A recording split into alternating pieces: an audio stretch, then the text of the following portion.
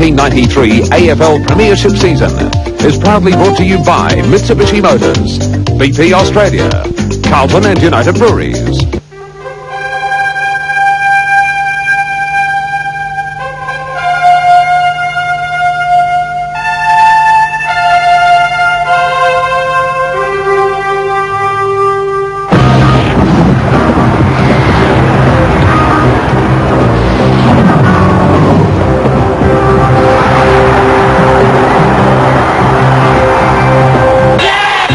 From the MCG, Richmond versus Adelaide on AFL Live. Hello and welcome to the MCG on a pretty good day for football, the continuation of round one. We've already had a great start to the 1993 AFL season. Today, Richmond up against Adelaide. Both teams are out on the ground, and what a difference this match has taken on in the last couple of months with the performance of Richmond in the Foster's Cup, but a body blow to them because that's their captain, Jeff Hogg, who's been in excellent form throughout the Foster's Cup, has kicked a number of goals, has been very competitive up forward, and he's sitting in the stands looking on today. Richmond out there without Hogg. Bannick and Lees were also in the reserves, and that is a blow to Richmond, making it through to the grand final of the Foster's Cup. Adelaide's form in the Foster's Cup was pretty reasonable. They were put out by Essendon in the quarter-final. The crowd today is not big. It has built a little. You guess about 12 or 13,000 at the moment. It may grow in the next 10 minutes. The coaches and captains, Graham Corns, we just saw with Chris McDermott, no change to Adelaide, but for Richmond today, John Northey in his first season, and Matthew Knight's acting captain in place of Jeff Hogg. Dennis Committee and Gerard Healy working with me today. And a bit of a body blow and a sensation with Jeff Hogg looking on. Yes, tough start for the Tigers, that one, because they obviously were counting on big things from him up forward. Two sides on the upswing to a very interesting game, this one, Joe. Yes, I think the problem for the Tigers now will be to kick a winning score. They have lost Hogg, as we know, and Stephen Jackson, who was in reasonable form bar the final of the night series. I think they'll play Menengola at full forward. He's a player that can kick the ball long. They've got four first gamers. Adam Slater, a tall 196cm ruckman. Robert Shaper, also a ruckman. Paul Bullis and Mark Batura, who has had good form. What about the Adelaide Crows? Expectations high in South Australia for this team. Plenty of familiar faces. Something of a new look forward line. It revolves around a pair of youngsters, Chris Groom and Tony Modra. But the engine room remains McGuinness, McDermott and Jarman, the veterans with the run. Crows have a very good record against Richmond. Two of those three wins, and the three that they've played them, have been at the MCG, and their greatest winning margin was at this ground, 110 points in 1992. Other matches today, the other match is West Coast against Essendon. Now, there is a replay for SAS viewers at the completion of this game. We will be giving you scores, we'll be warning you, so if you want to look away and not know when the replay takes part, we'll let you know, and we'll keep you up to date too with the Davis Cup. A break, back with the opening bounce after this. Hi, I'm Ben Hunt from the Adelaide Crows, and you're watching all the AFL action on Channel 7. The name of the game. The name of the game is Australia. Take on a tough job in tough country, and you usually have to get there on all fours. But when that's not enough, you just have to use your muscle.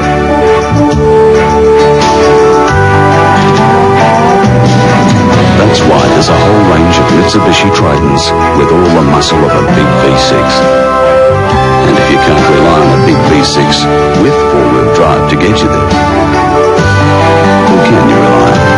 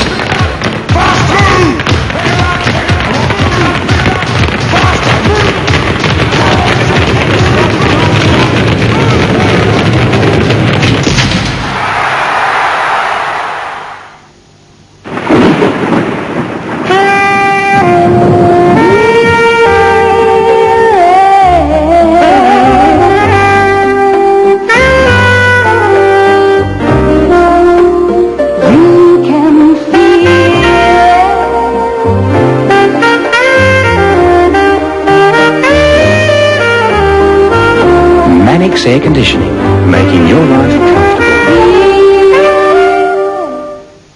Match 3 squares in Harris Garth's Scratch and Win game and you could win a Smith Corona typewriter, travelwear vouchers, men's hush puppies and slatter shoes, or a barbecue from Down Under. It's easy. Just ask for your Scratch and Win ticket every time you shop. Like it, charge it at Harris Garth, your Scratch and Win store. Tonight, brace yourself for a movie that'll set your heart racing. I'm getting really angry. Then tear it apart. You have to trust me. A family just like yours. You want to destroy me, but you're no match for me. Trapped by a man more desperate than any other. Trust me. Mickey Rourke, Anthony Hopkins, Kelly Lynch, and Mimi Rogers. Get us out of here, yeah! Give me the gun! Every second will keep you hanging. I'm still in control, Timmy. Desperate Hours, a television first. Tonight on 7. Greg Anderson back playing for South Australian club, the Adelaide Crows. Max Stevens on the boundary as usual this afternoon. And Max has got the Mitsubishi Motors ground report. Good afternoon, Max. Good afternoon, Bruce. Well, I'll tell you what, it's a funny old day. I'm not sure if it's going to rain or exactly what it's going to do. Let's have a look at the current situation. The wind, 10 kilometres. It's swirling around the ground and no goal advantage. Ground condition, perfect. The forecast, cloudy periods with a few showers. The current temperature, 22 degrees. Expected top, well, it's 19. We've already passed that. The humidity, 49%. Your selection, Max, today? Well, Adelaide's had a great pre-season, Bruce, and with that parochial crowd watching, have to go for Adelaide. Probably a wise move. Gerard Healy and Dennis Cometti, have either of you going to pick Richmond have been swayed by Hogg's non-appearance? Well, certainly not just the Hogg non-appearance, but I think the Crows are a pretty balanced combination, and I think they'll win today and win reasonably well. Yes, I agree. I've stuck my neck out for the Crows this season. I think perhaps they can go all the way to the grand final. That being the case, these are the sort of games they've got to win. Fairly big prediction, that one. Based on what, Dennis? I'm not sure, Bruce. We're about to find out. Their form at the end of last year was very good. Terrific. Beat St Kilda and Geelong and nearly beat Collingwood at Victoria Park. They finished with a rush, didn't they? We were at that game together, I think, and that was the most impressive performance by Adelaide, who should have won, had nothing to play for, and I certainly came away with a lot of respect that day for the Crows, and I think they have the nucleus of a good side. It's a question of whether perhaps players like the two they've got in the key forward positions today, or perhaps Hodges and Robran can help them in those areas. If they can, then suddenly I think they're a good side. I think they'll make this 6. It's a question of winning these sorts of games, winning them impressively, and building some confidence here in Melbourne. Minagola and Bow coming off for Richmond, and Jamieson and Rowe for Adelaide. I think Rouvre's an important player too, if he can hold down full back in one of their positions of weakness, the two key defensive spots. Slater at full forward. And now Herman's got the job on McGuinness.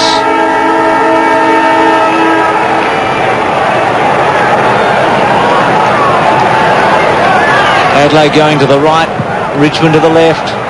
Schaefer, ex-Sturt player, goes up against Wren. First kick away, Herman to half forward. Bickley and Knights, that'll be a very good matchup. McDermott's handball to Wiedemann, to Bickley, to Tregenza, was pretty good footy. And Tregenza through the centre square to centre half forward. Groom in his first touch. And free kick against him, going to Turner. Or was it Bullis, I think. Bullis getting the free kick, and he comes out very wide. Barry Young's got a paddock. At left half back, tries to bounce it. Not to good effect, but all the time in the world. Now centres it. What a shocking kick. Straight to Jarman, to McGuinness. He boots it in towards centre half forward. Behind Pittman, knocks it goalward. Still he goes off the ground. Oh, well stopped down there by young Scott on all fours. Bullis in trouble. Upended there by Anderson. Off the ground, Patura. And it goes out of bounds. Well, like a soccer goalkeeper, young Scott going to his right. And he managed to stop it. Had it got by, it was a goal for Modra. Schaefer in front. No stranger to South Australians. Maxfield. This is McDermott. Sends it back towards full forward. Modra strong with the body. Should have marked it. Dragged off the ball. It falls at his feet. They battle after it. And a whistle. Wiedemann's got McQueen in one matchup. Could be interesting. And Eishold has come through the March draft to pick up Andrew Jarman.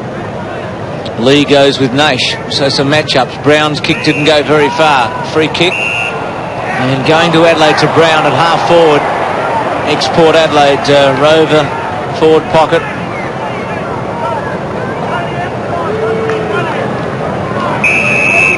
And Tony Free coming in aggressively and a bit high. Now, Brown from 45 metres, drop punt.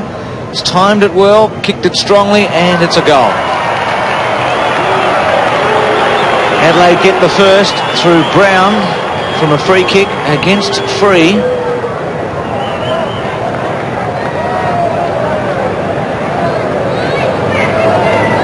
And they should have also got a goal through Tony Modra a couple of minutes previous. Should have held that mark. He's going to hold down that full forward position. He must convert his chances. Good start for the Crows then. Back in the middle under cloudy skies. Wren decisively. Liptak didn't have it. He embellished a little bit, but will get the free kick alongside the centre circle. Talented youngster. Liptak probing, kicked out towards the 50. McGuinness accelerates away. Coming across him, though, and making it awkward was his teammate Groom, who lays it off back towards McGuinness, running out of space and time. It's out of bounds and will be thrown in. Blistering acceleration, that man. That'll be the test for Herman today. Can he run with him? Schaefer and Pittman off hands. Lambert, so good at finding the ball, releases the runner. Away comes Young from half back towards midfield. Off, clever mark at the top by Scott Lee. Plays on to half forward. Maynard made some room for him. Barry Young held on to, free kick. Very tough customer, Barry Young. Had a pretty good form in the night series. He goes straight through in straight lines at the football. This man also played very well in the night series. Maxfield, he was inspirational in a couple of their wins for the Tigers. Big fly was by Howard. Knight's handball effective to Campbell. Good smother, just took a little too long. Bickley smother. Here's Brown, who's already kicked a goal, goes for Modra. Oh, strong mark. Far better attempt at the mark. Terrific kick to a vacant spot. Modra grabbed it in the outstretched hands. Leaving the backman with very little chance, Alistair Scott. Strong grab in front. He should go back and drill this for his first goal for the season. Kick from about 45 metres, directly in front. Drop punt, good looking kick, another one. John Cusack, the thrill of deception. Now you're trying to rope me. Angelica Houston, the power of persuasion. I want that money, Roy. Annette Bening, the art of seduction. What a team we'll make. The Grifters, a television first, Monday 8:30 on 7.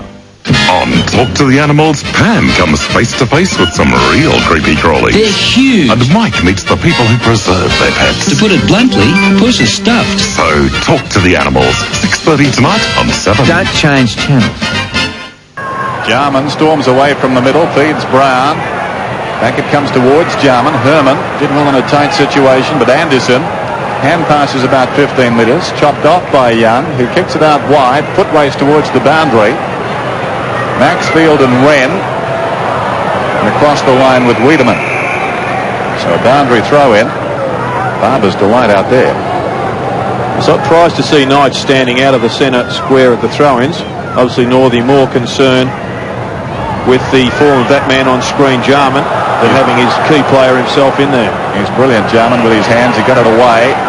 And now it's Liptak, who finds Modra on the lead again. Well, nobody apart from those two, Scott and Modra, inside the 50. And as a result, in the one-out contest, Modra has pace, and this sort of kick gives the defender no chance. So Modra kicking at his second, the Crows third, and a lead of 18 points. He's missed. 21 goals in his 8 matches last year.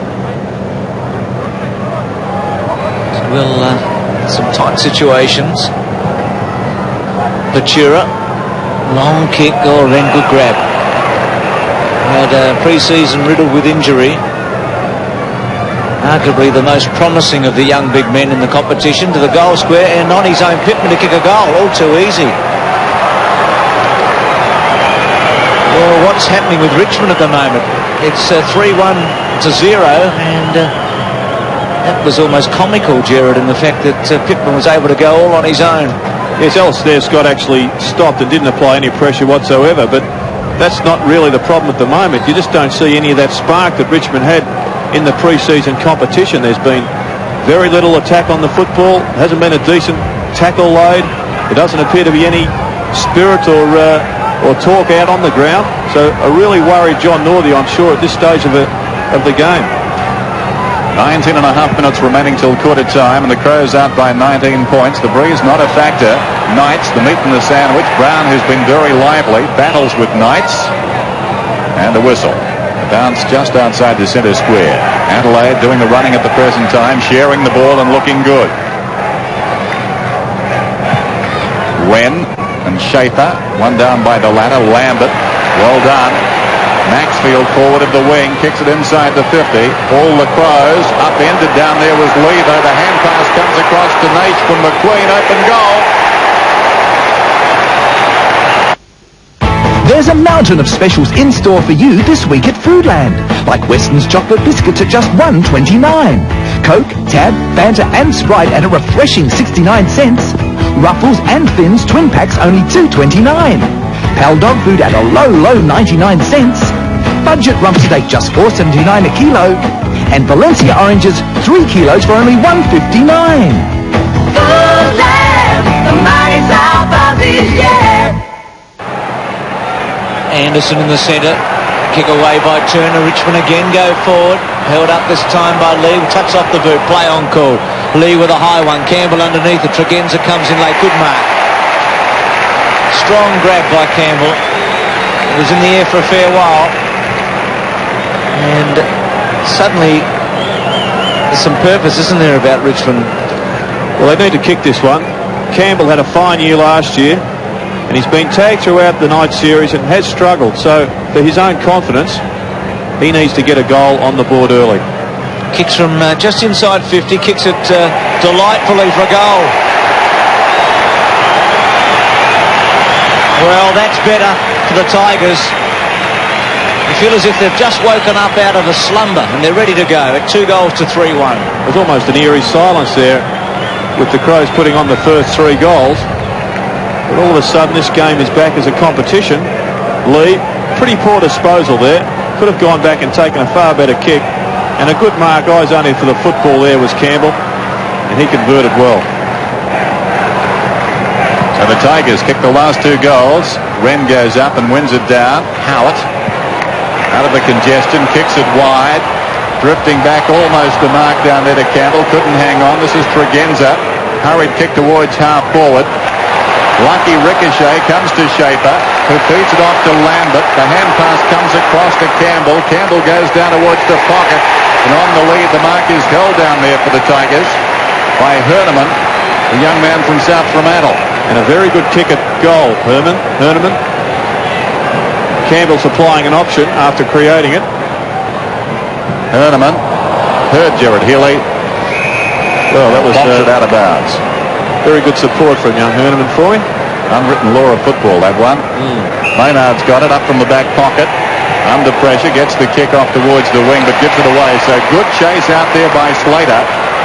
And the kick falling in short. This is Howard. Back towards full forward. Wren is drifting back down there. Got hands to it, couldn't hang on. Turner dragged down, it spills free. Shuffling it out is Campbell. Crashing through is Wren. Now McDermott towards midfield. Rain now tumbling down. The Four Seasons in Melbourne today. Young takes it from Bullis and attacks to centre half forward with a long kick. Maynard in the front. Smart was at the back. Handball given off was okay. The kick by Free. That handball from Eichel. Free to the goal square. Slater. Herneman. He's got Nash in the square if he can get it to him. And it'll be a throw in the pocket. Well, Herneman feinted for the free kick. Ben Hart did have a touch of a hand on the shoulder, but would have been very technical, and a good decision from the umpire to let it flow. Rain really pouring down. Snap by Herman. Misses it behind. 2-1 to 3-1.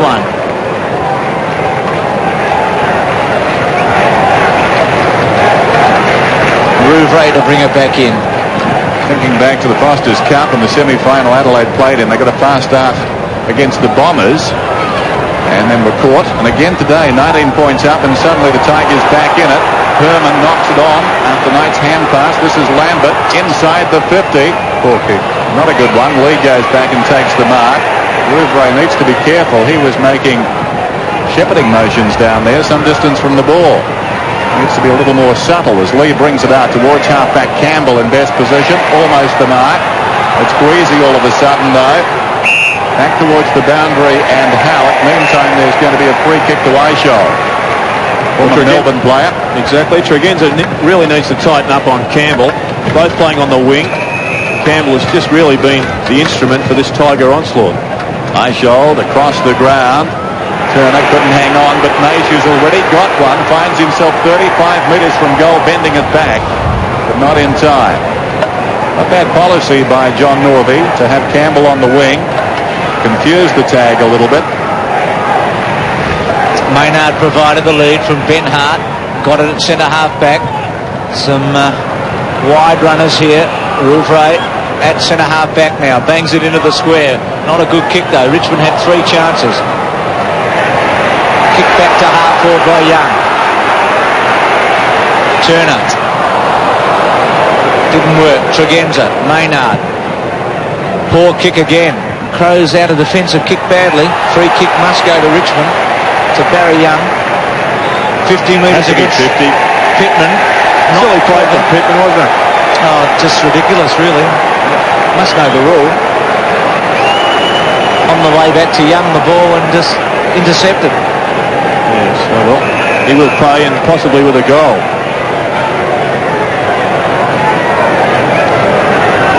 It's a kick from 55. Low drop punt. Won't quite get there. Slater flew at the back. Lee. Handball. Rouvray ran it over. This Adelaide defence just a little shaky at the moment. Their disposal coming out of defence has been poor. Wren and Turner. Wren in front. McGuinness. It's his second chance. Couldn't control it. And out of bounds. Lambert and McDermott is also a pretty good matchup. Both really the engines of their respective sides. Adelaide by 5 points. Tournament in trouble. And another throw in. Jamison and Rowe trying to warm up. Almost a contradiction in terms, going for a run in the rain. Wren's in front. Over the top. Howard got it down. This is Wiedemann to bring it away. The man from Fish Creek. Jarman to McGuinness. Anderson wants it out in front, but he bypasses that option and goes long to Groom, who couldn't control it. Liptak, quick thinking, off the ground, gained about 50 metres down towards the 50-metre line and inside. Schaefer tried to stop it. Socked away by Groom. Opportunity for Modra. Kept it in. Brown tries to go up the ground. Kicking in danger, I think, says the umpire. Tiger free. Scott. It's a halfback. Wren. Howard went early. Wren to McGuinness. High one. Just hoping an Adelaide player might take it. And the free may have done better. The handball by Groom was wild. Knights played Bickley. Held it up. Got held onto. Groom gave it away. Holding it. Whether it just slipped through or not, it's hard to know. Howard goes wide. Jarman in late. Well played. And out of play. I show the target. Corns, Taylor, and in the background Northey, the coaching staff and the respective teams. Schaefer and Pittman. Campbell was there with Bickley. All McDermott's strength, but tried to barge through. Liptak, Jarman to McGuinness. How many times has that happened in a season? Modra. There's one out here. Anderson to help.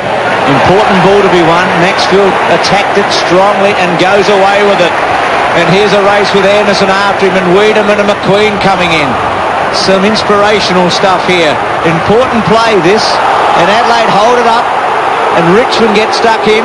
And it's a free-for-all. And Adelaide come out with a free kick. Well, some hard doers in that lot. Wiedemann, Maxfield, McQueen. Eventually Anderson now takes the hand pass from Wiedemann and boots towards half forward. Clears Groom. Schaefer, the big man, mops up behind. A very high kick towards the outer side. Eventually the Tigers. Young at close quarters to Ventura made it awkward. This is Wren. Well picked up. Long kick. It could come behind, though Richmond see it comes in front. Young bumped off it. Brown sliding in like a base runner going to second. Bullis goes down. Free tries to go up the ground about 3 times. A bit of a dribble. Lost by Knights. The dash of Bickley goes against the flow. Bigs it out to McDermott. McDermott running out towards right half forward. Knocked off for a throw. A pretty good decision, I thought. Looked spot on, didn't it? Peter Cameron wasn't in the best position, but it did look a throw. Well, McDermott had his back to the umpire, and he thought he would have had for some coverage from his body. He's a pretty experienced umpire, Cameron, and called it correctly. Campbell's kick to the centre wing. Advantage is paid to Adelaide. Maynard back to half forward. Groom unable to. Tregenza. Jarman. Now Groom. Herman. Scoops it through. Campbell has been excellent. Good hip and shoulder though by Smart. Oh, Wren just takes Lambert out. Jarman with strength to Bickley, to McDermott. Oh, high tackle, but did duck and goes. Whoa. Well, I didn't agree with that one, Cameron. Peter Cameron. I thought that was a pretty, well, it was a high tackle, we know, but I would have played around the neck. Lambert to half forward. Oh, Wren and Knights. And the free kick coming back to Wren against Knights. He charged into him. Best and fairest twice at Richmond Knights. And this man was very high up in the Adelaide voting behind McDermott last year. Wren to Maynard. He's played in every one of the Crows' 44 AFL matches. Rodney Maynard towards half forward. Big pack at the fall of the ball. McDermott going again, goes over the top. Ventura leads back in the race. Scott, nicely done with some time. Good poise by the youngster, but then gives it away straight to Tregenza. Tregenza forward of right centre wing. Not a good kick coming out. Richmond has reacted to the Crows having a very open forward line by dropping their ruckman Schaefer as a loose man across the gap between full forward and centre half forward. Crows still lead by 5 points as Wren takes the short pass from Tregenza and pinpoints it to this man Modra. So Modra will kick from just inside the 50. He's already got one. Just under 9 minutes remaining till quarter time. Tough affair so far. The rain making it difficult. The Modra kick is very, very good. Goal to the Crows.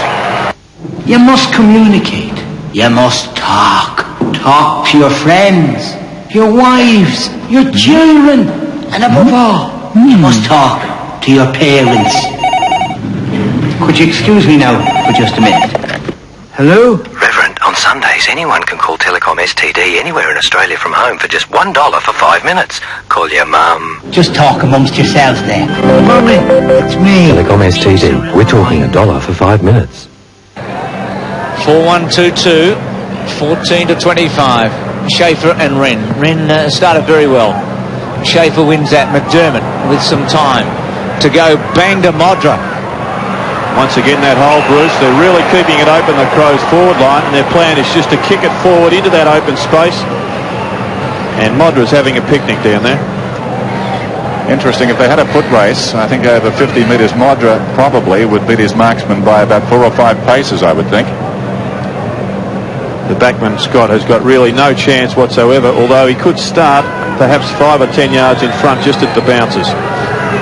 Drop punt again by Modra. And again a goal.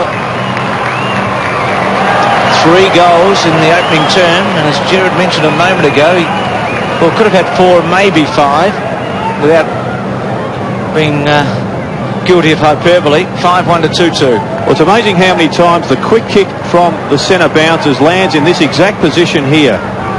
It's called the hole at many clubs, and the full back must be aware of that situation, and at bounces just start 4 or 5 yards in front so he gets the break on the forward. It's a great place for goal sneak forward pockets. Play restarts. One down by Schaefer. McDermott. This is Maynard towards half forward. Ill-directed though. This is Howard coming away. Boots it out wide. Tregenza will need to go here. It runs free behind. Tregenza did well with the body. Socked away though by Knights. Down went Scott Turner, regains the ball, off to Campbell. Campbell at left half forward now for the Tigers, runs a fair way. Well, he set his teammate down there, Herneman, a task. McQueen did well to Campbell, back to Herneman, a question of accuracy. No, he ran out of time, in fact, on his knees. Tries to shovel it across to Lambert. Great defence by the Crows, looked out of bounds and is. interesting.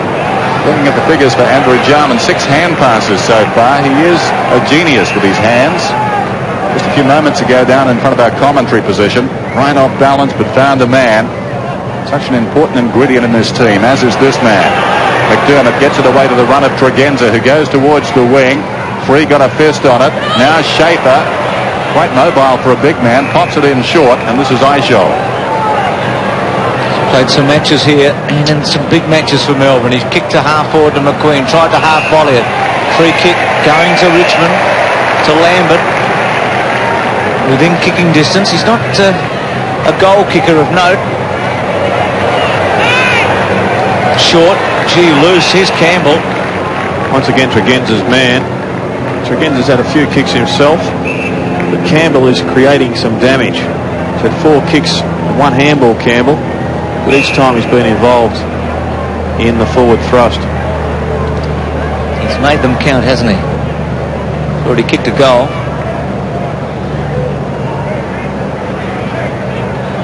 It was a bit like the Herneman kick earlier. So a wasted chance there. You'd be disappointed. Richmond up to 2-3. Adelaide 5-1. Hart, the rookie of 1992, named in the AFL team at the end of the year. Takes a risk there, looking for lip tack. They're a bit lucky. Eventually it spills to Smart, who lays it off to Maynard. Whoops a daisy, not a good kick.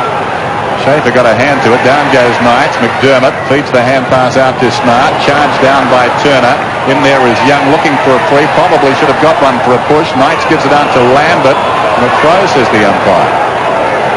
So Jarman will get his first kick of the afternoon, presuming he kicks this one. But he's been busy.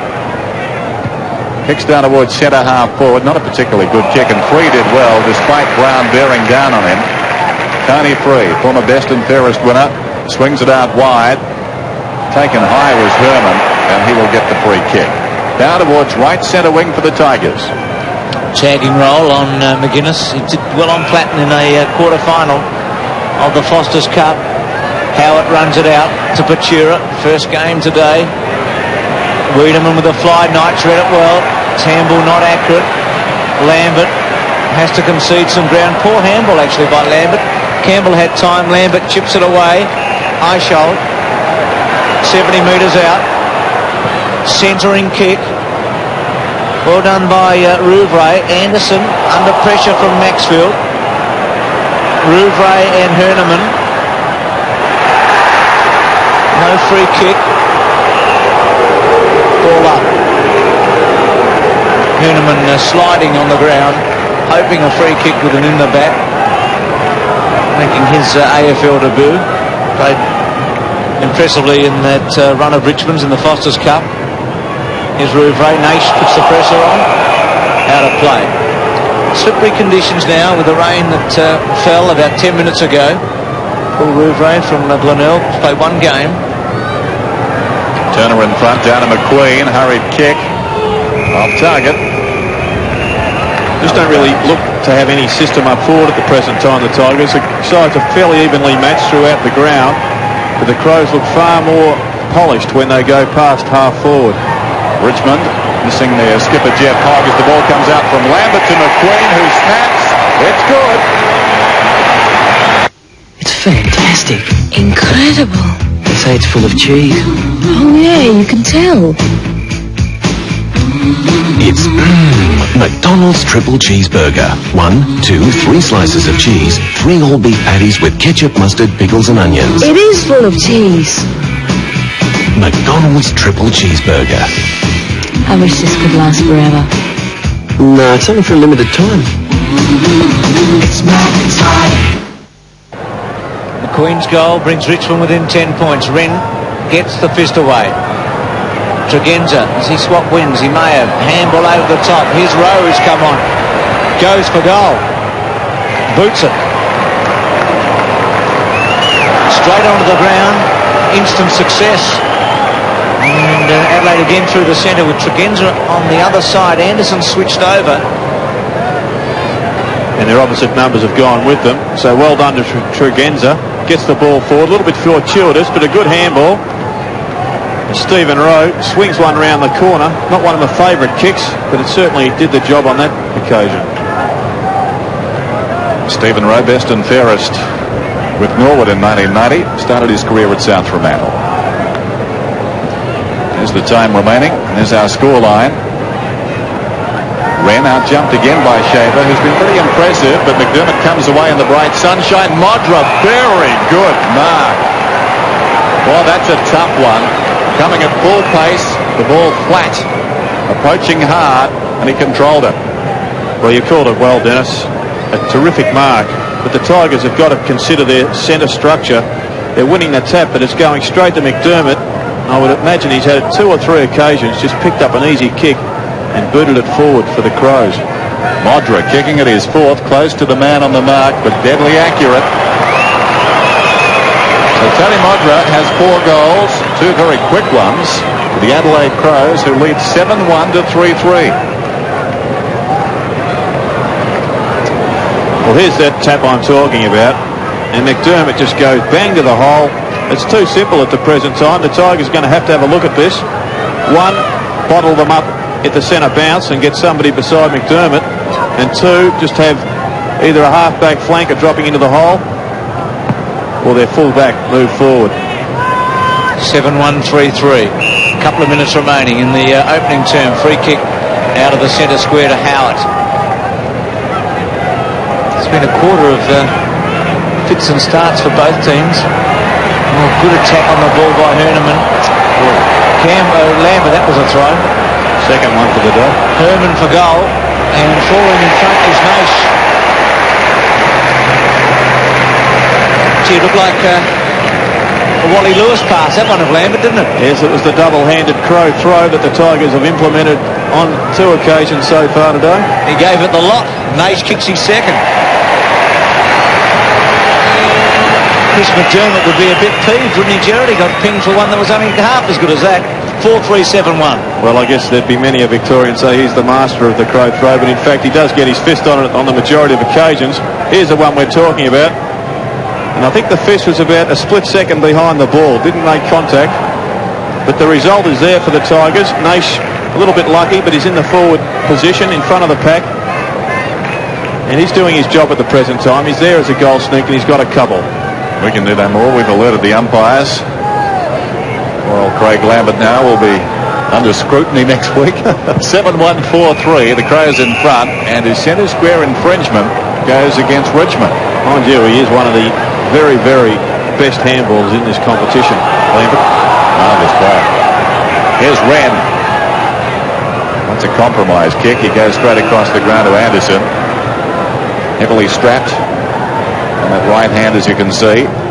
The wrist, he kicks down inside the attacking 50. Not a good kick, and Knights goes back uncontested. The acting skipper today boots it out wide. Richmond with the numbers. Good clearing a path there was Turner for Maxfield, and Maxfield storms down towards left half forward. Not much on down the ground. Wren has made it awkward. The big man got in the road. The high kick comes in. Over the top, McQueen. Maxfield kept his head on the run and did very well. Well, he certainly had to sit McQueen. He just was looming, lurking at the back of the pack. Over you come. I didn't think he had a clean bite, and he was just the strongest player and ripped it out of the hands of the others. Certainly no mark this. But the big arms of McQueen claimed it, and thank you very much, said the umpire. I'll give it to you. I think that's the marking equivalent of the gang tackle. It was the gang mark. Everyone had a piece. There's McQueen. Boots and misses to the left-hand side. They could have done with that, the Tigers. They're 4-4. And Adelaide are 7-1. I think justice was served on that occasion.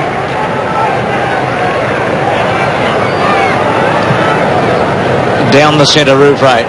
Oh, Hout with a good fly at the back. And then gets it again. Taken by McGuinness. Didn't go very far. Smart to Tregenza. To Jarman. Something normally happens. McGuinness could really kick this. Goes for it. Drop punt. And does. How's that?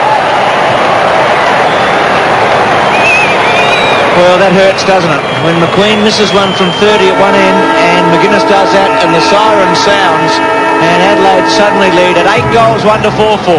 It's the name of the game. The name of the game. The name of think flexibility of paying the loan back when it suits our needs. Kathy and Cameron are talking to the National about a tailored home loan. Interest saving. I'll try this. Gee, Pretty snazzy. it's a big saving. It's excellent. Look how much you're saving. Yeah. Ask the National how much a tailored home loan could save you.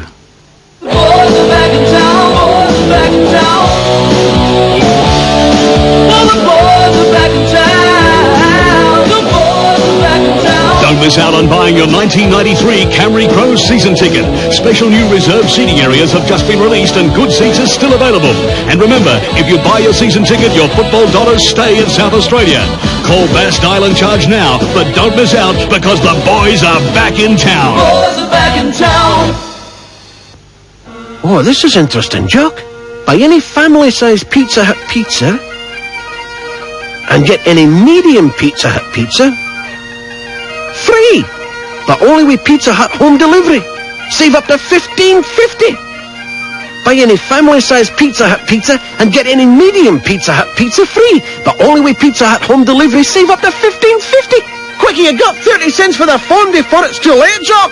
Pizza Hut delivery. Get your brakes inspected at Midas. They're giving away a car phone every day. Midas-trained experts will give you a no-obligation written diagnosis, show you the problem, and if needed, reline your brakes using quality parts. All this for only $99. Not half the job at half the price. All works backed by the Midas Australia-wide guarantee. So get your brakes inspected at Midas this month. Because every day, Midas is giving away a car phone. Connected to Telecom Mobile Net. For exhaust brakes and shocks, nobody beats Midas. Nobody.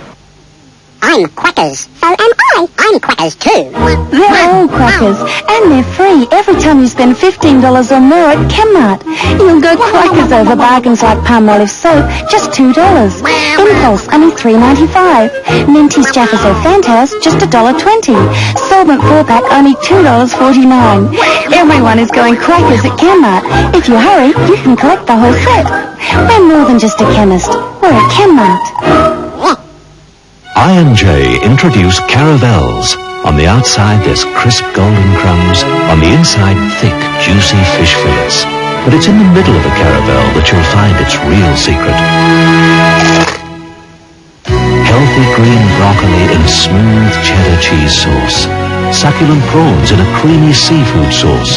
So for something more than a crispy outside and a juicy inside, get a spectacular middle. I&J caravels. Hey, you want to see what Daddy's got? I guess I do. Wow! Insufluff, kid. Daddy had installed today. You see, they pump it in, no... Here's Max Stevens. Well, Bruce, Graham Corn's happy with the brand of football Adelaide's playing. He said they did go to sleep a little way midway through that quarter, but in all he's pretty pleased. Tony Modra, he wants them to keep that space there. He said that's working really well up forward. Also, Graham Corn's making the point that to David Pittman, that David Pittman came off that quarter to put Stephen Rowe on to give them even more up forward, a little speed when the rain came down. Thanks for that, Max. As the Tigers come back out, Bullis and Howard and Young. Bruce, just taking a look at that scoreboard. 8 goals, 1 for Adelaide. Is a record-breaking score for them in the first term. Their previous best was 46 against Sydney in round 15 last season. There's a replay from the Perth game coming up for SAS viewers. If you don't want to know the progress score, look away right now.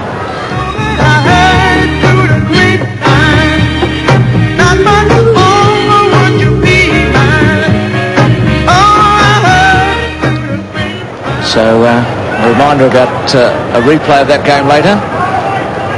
Now the Davis Cup, Woodford won against Gilbert. It's a good performance because you'd think a letdown today. There has been some rain delay. Masseur win 3-all. Australia 4 rubbers to love up. Peter Cameron holds it aloft. A footy, that is. And Adelaide go to the left and Richmond to the right at the start of the second term. 8-1-4-4. Wren goes up. Gets it at the second grab. Groom, who had a quiet opening. Maynard to Anderson. Anderson from the centre square. Modra the target, as it's been all day. Free kick. Scott. Hodges not playing injured. Modra kicked 4 goals in the opening term. And Scott from the back pocket. Sun now shining. After had a pretty heavy shower in that first term. Anderson will not pay. Well, Anderson thought he probably did better than McQueen earlier in the piece, so tried to con the umpire. There was a couple of hands on it initially. Groom to go with Schaefer, Maxfield. Jarman was very good in the opening term. He's had 1 kick and 8 handballs. Bickley's handball effective. Maynard. McGuinness, who kicked a long goal in the first term, goes to Modra. Unable that time. Into the pocket. Still in play. And Rose there with Young. And it's going to be a ball up in the pocket. Howard also amongst them. Rowe coming on for Pittman and scoring a goal late in the first term. McDermott 9 possessions. McGuinness 8. And Jarman 9. Key players. Well done by the Crows to try and work that ball to the middle. McDermott, we were talking about him. Down he goes. And a whistle. So a bounce. And Groom doing the ruck work on the forward line, hooking that last one back. Probably will try and do something similar here. Plenty of players around the ball. The Crows need to open it up a little bit. Schaefer does the work and goes towards the boundary line though. Lambert pushes down his side. Goes across the ground, fought with danger. Modra's going back. How will it sit? Nicely for Campbell, who did very well. Campbell deep in his own defensive area. High kick to the wing. Smart from behind. He really can leap, Nigel Smart. Fists it towards the boundary line, and it trickles across. We'll have a throw in down towards right half forward for the Adelaide Crows, who lead 8-1-49. Richmond at 4-4-28. Wren and Schaefer. Tregenza's quick give. McGuinness, Maynard, a high one to the 50-metre line. Groom and a Bullis. Pachura Liptak unable to. Gets back to Pachura from Howard. Goes bang with the left foot and Naish gets it at centre wing. McQueen provides a lead at centre half forward. Wren down behind and the mark taken by Bickley. So not a good kick there by Naish. Bickley swings it wide. Wren, they'll be looking at him very anxiously. They're calling for the stretcher, Bruce. Well, that's a real blow as Wiedemann takes it from Maynard and goes to half forward. Rowe. Well, here's a chance for Adelaide. Oh, McDermott didn't take it. Made it a bit harder than it was, and Herman's away. And can rebound here, Richmond, to Naish. Into the pocket. Herman and Hart. The good news is Wren is up and walking. That is good news for Adelaide. Knight's tucked away. Centering kick, good one. McQueen and Wiedemann. Smart. Oh, well played though by Turner. Back to Turner. Can he kick a goal? The handball over the top. Knights, ducks, weaves, steadies, goes round the body, misses. Well, it just did look as if Turner didn't have the confidence to go for the shot at goal. Often the selfish shot at goal is the best one for the side. Good to see Big Ren up. Yes, I think your city held its breath there for a moment. He is a key to Adelaide having a good season. He's up and moving, albeit rather gingerly, although he belies that. An immediate fitness test, and up he goes and takes the mark. To Jarman.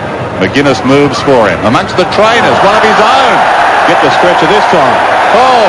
And McGuinness gave him one. Can you be reported for that? I'm not sure. His own trainer frowns over the ball. I've never seen that before. It was a sharp left jab, unless I'm very much mistaken. McGuinness puts it inside the 50. No, maybe.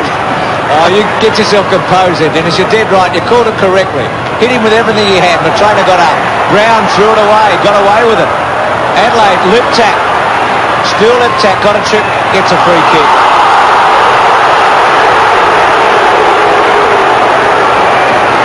Well, watch this. Tony McGuinness, bang. And it'll bring the Richmond trainer. He would have got life. Graham Corns will give him a bouquet. Liptak's drop punt. Kicks it. Goal. Oh. Pumping iron can be good for you, but it can also kill you if you catch the dreaded muscle mania. The full story on 7 News, Monday night at 6. Jean-Claude Van Damme, the ultimate warrior of the special adults-only time, 9:30 Tuesday. The star of Universal Soldier. A blockbuster adults premiere, Cyborg, 9:30 Tuesday on 7. Well, despite the high drama, it worked out okay for the Crows. They got the goal. Wren gets it again back from McDermott. Maynard couldn't control it. Eichelt held a long time, should get the free and will alongside the centre circle. And the 227s go at it now. Liptak and Maxfield. Well, I wouldn't go against Maxfield. He's one of the toughest young players to come on the scene for a long time. Very, very solidly built player and quick. Eichelt takes the free.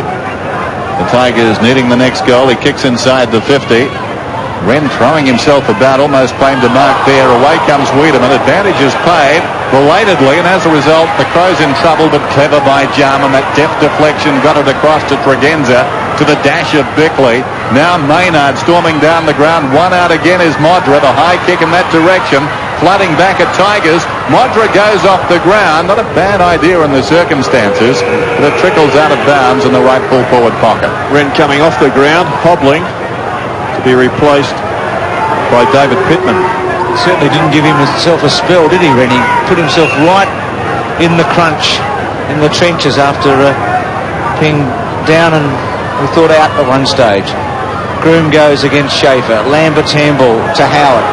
McGuinness able to chop him off and ridden into the ground. But was it over the line? It probably was, and it'll be a throw-in. There was a question mark over Wren before this game. He had a broken foot during pre-season, and the word was that Pittman was played simply as a backup. So obviously that's been a well-thought-out move considering the circumstances now. Lambert, the only one of the Richmond players, shocking kick. Anderson probably should have gone directly to Jarman. He had him there and he didn't make the most of that, Anderson. Schaefer, Jarman would have reflexed handballed it immediately, wouldn't he? Yeah. Straight down Anderson's throat. There's the kick out to half-back. Maynard chips in, takes the mark. I was going to say that Lambert's the only one of the Richmond players out there who's played 100 games. A surprising stat as McDermott's about to kick from 55 metres. Well, Richmond in danger now of getting blown away here. They need the next goal. The Crows looking ominous. McDermott's kick is not a bad effort, just misses to the right-hand side, so it's 9-2 to 4-5. I think Matthew Knights has been moved into the centre on Jarman. Certainly a move that's been overdue. Now, Wren got up and played on, but he's still the cause of some concern down there, and quite often when these sort of injuries cool down, Gerard, there can still be a problem, can't there? Certainly can. Lambert dispersing the goals, and his side needs goals. Around the outer side, Eichel down towards half forward. Knocked away from Slater. Here's Smart. Well done by Slater. There's that man again. Jarman with the quick hands. Releasing Wiedemann, who runs from half back. Probing kick. They're getting back now, and that's good. They're plugging the hole. Howard squares the ball, but of course it means other options are available for the Crows, and they should be aware of that as they bring it down. Free to Lambert at half-back. Lambert's kick, not a particularly good one. The second blemish there in as many minutes. Eichelt over the top. Is it a mark? No, throw it in, and rightly so. What's the situation with Sean Wren-Max? Well, Bruce, he's jarred his left knee. It's not the foot that caused him a problem for a couple of weeks. It's his left knee. The extent is not yet known. Jarman's quick kick to free. I wonder if that's a very new injury or something, a reoccurrence of an old one. Here's Howard from free. It was a good play by free. Howard charges off a la Wiedemann a moment ago. And getting back Rouvray. They're just breaking down up forward, Bruce, the Tigers. Well, Hogg would be handy, wouldn't he? Certainly would. Kick by Hart to Rowe to Jarman. Well, that one didn't come off. Menegola just chips away cleverly to Turner. Rebound football. You must make these count. Crows had plenty on the run. This is poor play from Jarman, who's allowed Knights just to slip down and shoot goal. And does.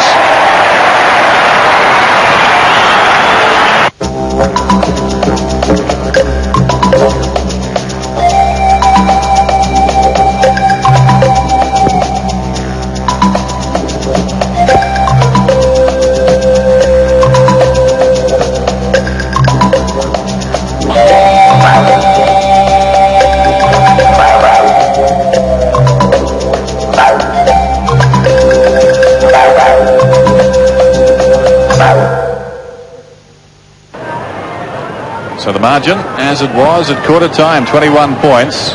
Good thinking by Knights. Running off Jarman. There's Herman. High bomb inside the 50. Lees goes back with courage. Ridden into the ground down there was Herman. Crowd wanting a free, nothing doing. Lee dives on top of it. And we'll have a bounce. As Herman's gone on to Liptak. And Tony Free now has a job on McGuinness. 9-2 plays 5-5 here at the MCG. The season's opener. Pittman gets it down. Knight stood his ground well. This is Herman, measures the kick, and I think he's missed. He has badly to the near side. Out of bounds on the full. Terrific handball there from Knights. Under supreme pressure. Kept his head and delivered the ball well to Herman, who did let him down. Lee out of defence. The Crows lost their opening game last season against the Bulldogs. That was at Football Park. This is Campbell. Chip pass again. Good stretch there by Alshard. Unable to take a handball. Good to Knights. Knights winning some important touches. Slater's kick was smothered. Oh, Pickley got into some trouble with Rouvray. Jarman. Well played. McDermott. Pittman to Liptak. Tregenza. Quick give. Oh, wonderful team skills. McDermott to Maynard. Modra on the lead. Oh, gee, that was good, wasn't it?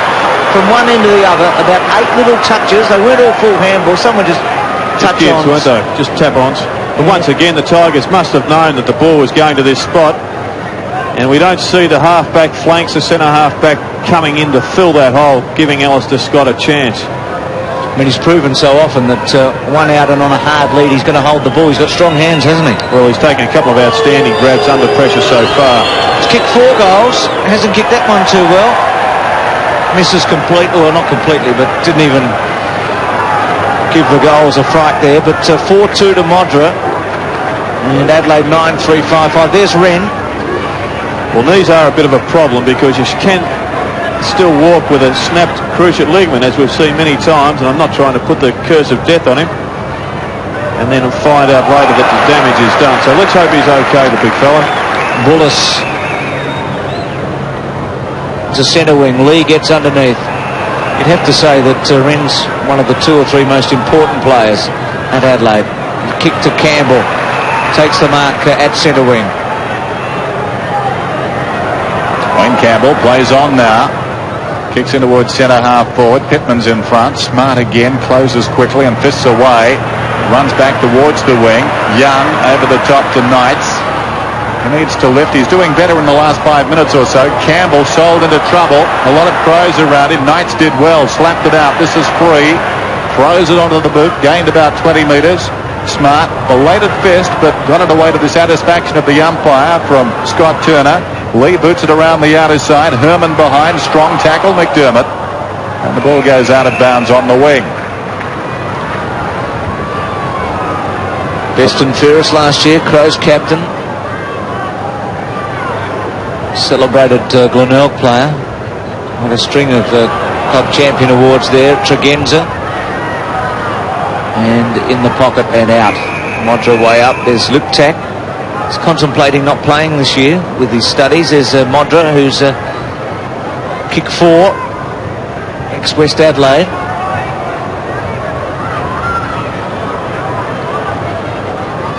Free. Just a little poke off the ground, didn't go far. Minagola, high one, round the body. Lambert sets himself with Lee. Good battle. Handball by Naish to Knights, who's been effective in the last 10 minutes. Not a good kick. Hart takes the mark. Well, Herman actually took his eye off the football and was running towards the square where he thought the kick would have been delivered. Could have turned around and taken an easy kick. Ben Hart towards the outer side wing. Pittman up in front. Great opportunity for him to make a name for himself now in the absence of Wren. And there's going to be a free kick on the outer side, I think, to the Tigers. And it will be taken by Campbell. Naish, I think, was taken high as he was kicking there, or maybe a step or two after, seeing it's a relayed free. And Broom was the offending party. Campbell centering kick. Pittman up, got hands to it, couldn't hang on. Almost thrown out by Wiedemann. To good effect, though. Anderson breaks away, uses the ball well. Maynard on the wing. Just got away, arched the back. Little one across towards Tregenza. in a nest of Tigers. Maynard's kicking today. Bruce mentioned earlier hasn't been the best. Brown was pushed in the back. No free kick. This is Tregenza, left half forward, standing start kick, and Knight's getting on top now of Jarman. It's been a good move from Northey. I think it was the only move he had. Had to get his key player up into the action. Menegola boots to the wing. Maynard again. Goes down to Jarman in space. This is when he's very, very dangerous, when he can measure the kick, and he does. Too much carry though. Modra missed it. Lip tack behind. Open goal up the ground. There's a mountain of specials in store for you this week at Foodland, like Weston's chocolate biscuits at just $1.29. Coke, Tab, Fanta and Sprite at a refreshing 69 cents. Ruffles and Thins twin packs only $2.29. Pal dog food at a low 99 cents. Budget rump steak just $4.79 a kilo. And Valencia oranges 3 kilos for only $1.59. Foodland, the mighty South Aussie, yeah. 10-3-5-5, Liptak with 2 goals. Schaefer and Pittman. Pittman won that one. Liptak's handball. Maynard getting a lot of touches. Free kick going to Adelaide. High tackle it must have been. Or was it off the ball to Liptak? Herman picking Liptak up after that change with Knights. Modra. It was a good kick by Liptak. Well, I think a change has to be made. I know Scott hasn't had much of a chance on a few occasions, but Modra really is just leading him a merry dance. It's about the first time, Jared, that he hasn't led straight down the centre. He's had to go to the flank on a set play like that. And he needs a goal here. You might laugh, he's kicked forward, but his confidence wouldn't be completely sky high. Drop punt. Good looking kick. Very good looking kick. Would be sky high now. 5 goals, and well, he could have kicked 7, maybe 8, but why worry when you've kicked 5 and it's only halfway through the second quarter. Liptak doing well, gets the ball out of the centre. Too much room for Modra. The Tigers just aren't applying enough pressure, and he is having a field day. 8 kicks he's had now, and each of those could have been a goal. Howard's gone back to full back. And the crowd thought a little belatedly as Free slaps it away. Eichhold in front. Lloyd's half forward. Socket out wide by Smart. 11-3 plays 5-5. Ball out of bounds. Just the attacking side of right centre wing for Richmond, who haven't done much attacking in this term. 34 points now. It was 21 points at quarter time. What an acquisition Anderson should be. Playing injured. Wiedemann's high kick towards half forward, in from the side, Menegola, fisting away. This is Young. No support for Young. They left him to it. Brown goes off the ground. Liptak, can he make something out of this? Well, the idea was very good. Eventually, though, the Tigers will bring it away. Herman was taken high and then pushed in the back. Schaefer did well to get it across to Herman. And the Tigers, in a sticky situation, get out of it. Well, here we do see the replay. I think once again the umpire fell for the dummy. No contact up high. Hart. McGuinness. And out of play. Ian Herman coming off the ground to be replaced by Nathan Bauer. True speech to Bauer. The Tigers got to get a spark from somewhere if they're to maintain any sort of chance in this game. McGuinness. Knights supplying the pressure. Free. And he'll be happy to see it go out. McGuinness playing his 150th today. Free best and fairest at the club. Lambert, Knights and Free have been their winners in the last 4 years. McGuinness caught by Maxfield. I'd like to see Maxfield come up onto the ball also. He's done quite well on Anderson on a wing. Both have nullified each to a certain extent. But they've got to win the game now, and they need the spark, and he is a player with some real speed that could give it to them. Eichhold caught by McDermott to Anderson. Lopes away, penetrating kick. Modra under pressure from Howard. Schaefer's got back well. Now Rowe. He kicked one similar to this in the first, misses that completely. It was a harder one because his opponent was right on him. Whereas in the first quarter he had some space. And that one out on the full. Just hasn't quite been able to cement his place, Rowe, in Adelaide's team. A bit like Brown, they've been close. That's a poor kick. Bauer. Found Anagola. Boots it out wide. There's Wiedemann. The 2:33 is here. Wiedemann, well done by Knights. Jarman arrives just at the right time. Lee goes over the top. Dragenza surveys the terrain first, then goes and finds the ball. Not bad policy when you're that size. He goes in short. Pittman has it. Just forward at the wing. He moves it to Smart. The Tigers with some work to do. It's intended for Modra, who waits behind. Pushed in the back, says the umpire. It'll be a Tiger free and now 50. Modra was the man who made the mistake, according to umpire Cameron, with that perfect angle on it.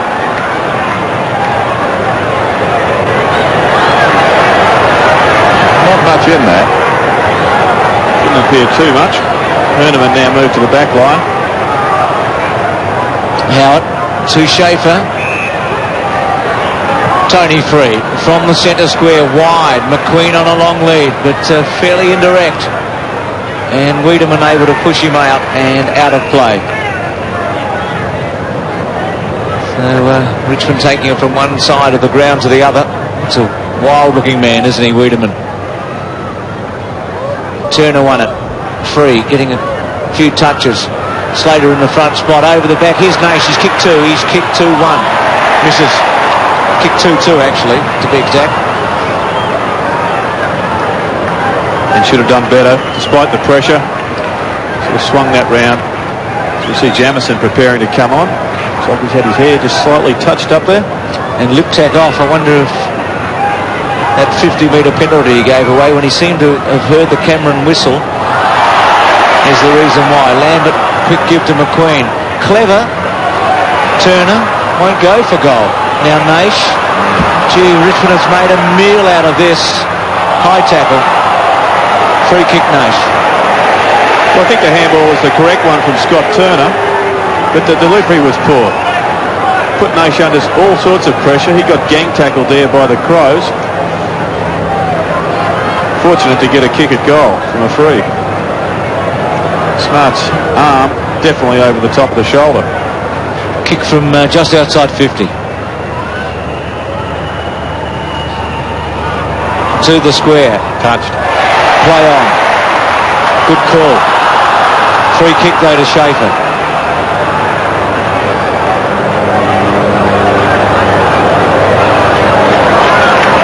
Extert, first AFL match was number 82 in the national draft. Well, Pittman's a bit unlucky there. Oh, I'll say. God, what was in that? Well, the hand just slipped over the shoulder briefly. So he was trying to punch it away. And Schaefer leans back and kicks the goal. Look, what about this broken aerial? I gotta make a call. We better have a yarn to Buster. Buster? He's a telecom mobile net dealer at Karratha. He'll fit us with a new one. Telecom mobile net dealer. Out here? He's one of 700 all over Australia. G'day, mate. How you going, Buster? Oh, what have you done to your aerial? Who would bother to have a dealer out here? We would, Chucky. We would. Telecom MobileNet. We're talking Australia's own. 69 plays 42. 5.5 minutes till half-time. Lambert. The Tigers trying very hard. Not a lot happening for them up forward. This is Anderson, who's been valuable in his second term. His 9th possession coming up. Lambert's kicks have just let him down a touch in this quarter. Modra. And the Tigers very Modra conscious, but that's a poor kick. Straight to Schaefer. He kicked the last goal. Goes across the ground. Campbell. Not one of the big names in the AFL, but 7th in possessions last season. Just play on the court. Well, Modra was chasing his man, I fancy, or Campbell came back too far. They tangled in any case. Bullis had it bounce off his chest. Smart. Well, that's a party trick. How did he get that to go backwards? He's been penalised, and the free kick will go to Nash on the outer side.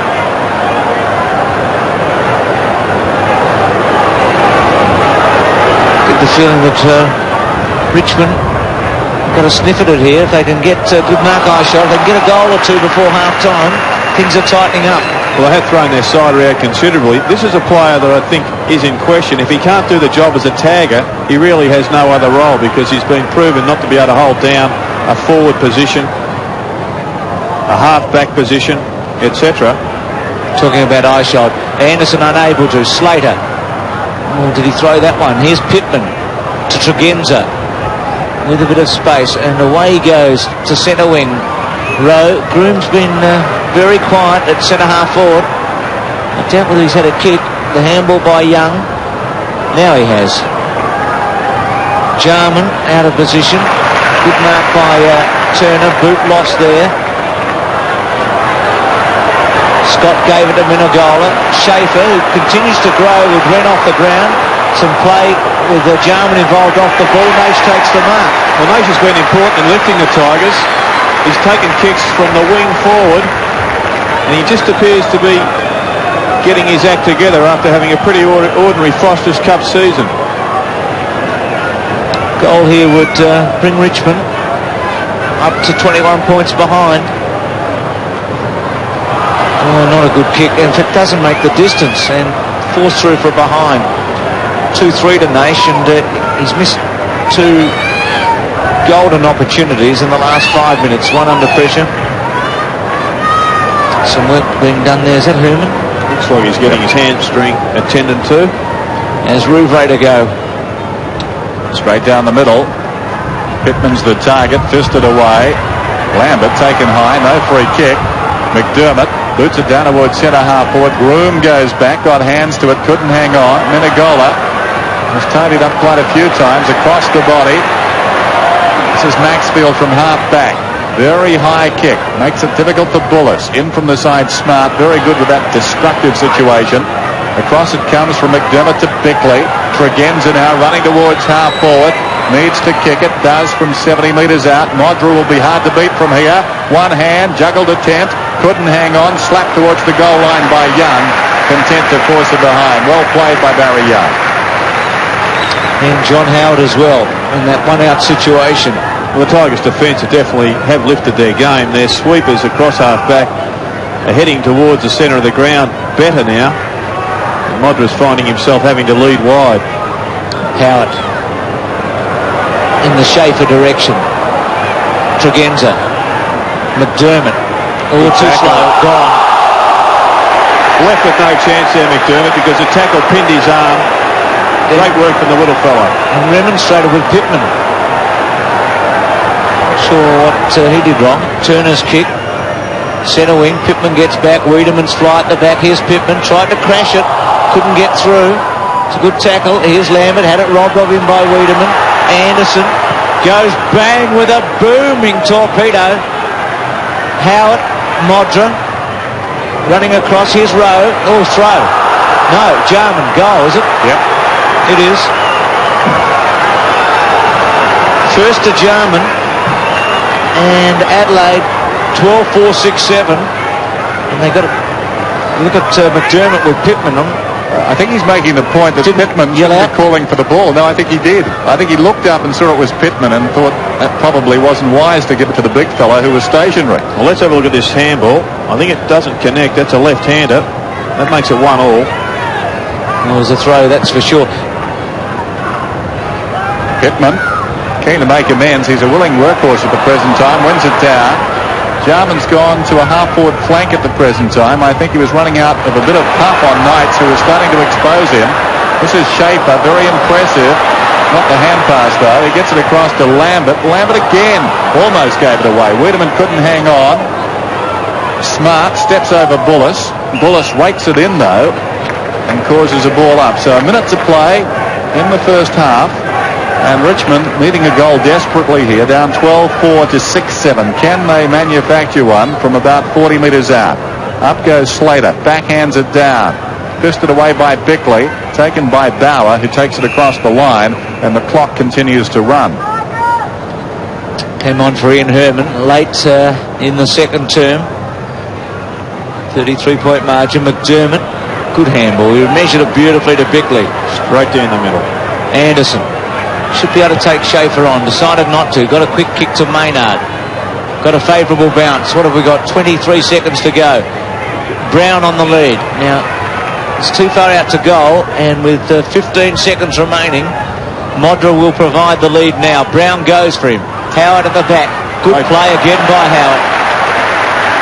probably a better athlete than Scott, and able to get himself into a position to thump it away as the bell goes, the siren for half-time. And Adelaide has set up what is a very handy lead. Been threatened a couple of times, but they're 12-4 to 6-7. And John Northey and Graham Corns will go down at half-time. Roger's got 5 goals in the first half. McDermott and McGuinness. Well, McGuinness died out in that quarter. McDermott has been busy. Tony Free was on McGuinness. And at half-time, it's Adelaide 12-4, 76, Richmond 6-7, 43.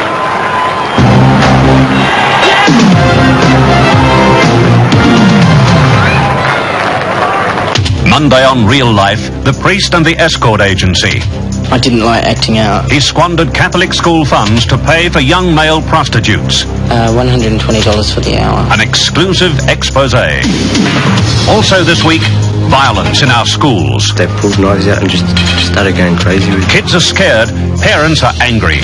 How do you stop this? Is it full-on warfare? And the great vitamin debate, Real Life, 6:30 weeknights on 7. If you don't believe you get bags more flavour in every Allen's bag, test them for yourself. Allen's Sherbies are fizzier.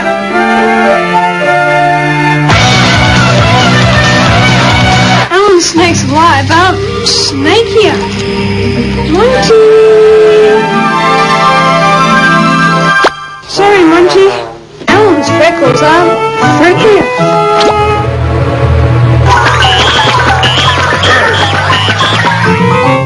And to prove Ellen's Macintosh toffees are the longest lasting, I'm using elderly relations. We can't wait for him to finish, so here's one that started much earlier. You get bags more flavour with Allen's.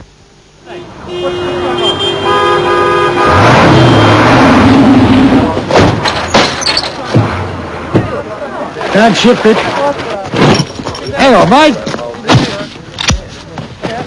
Keep him back. Right, get back. Hope you know what you're doing. Go!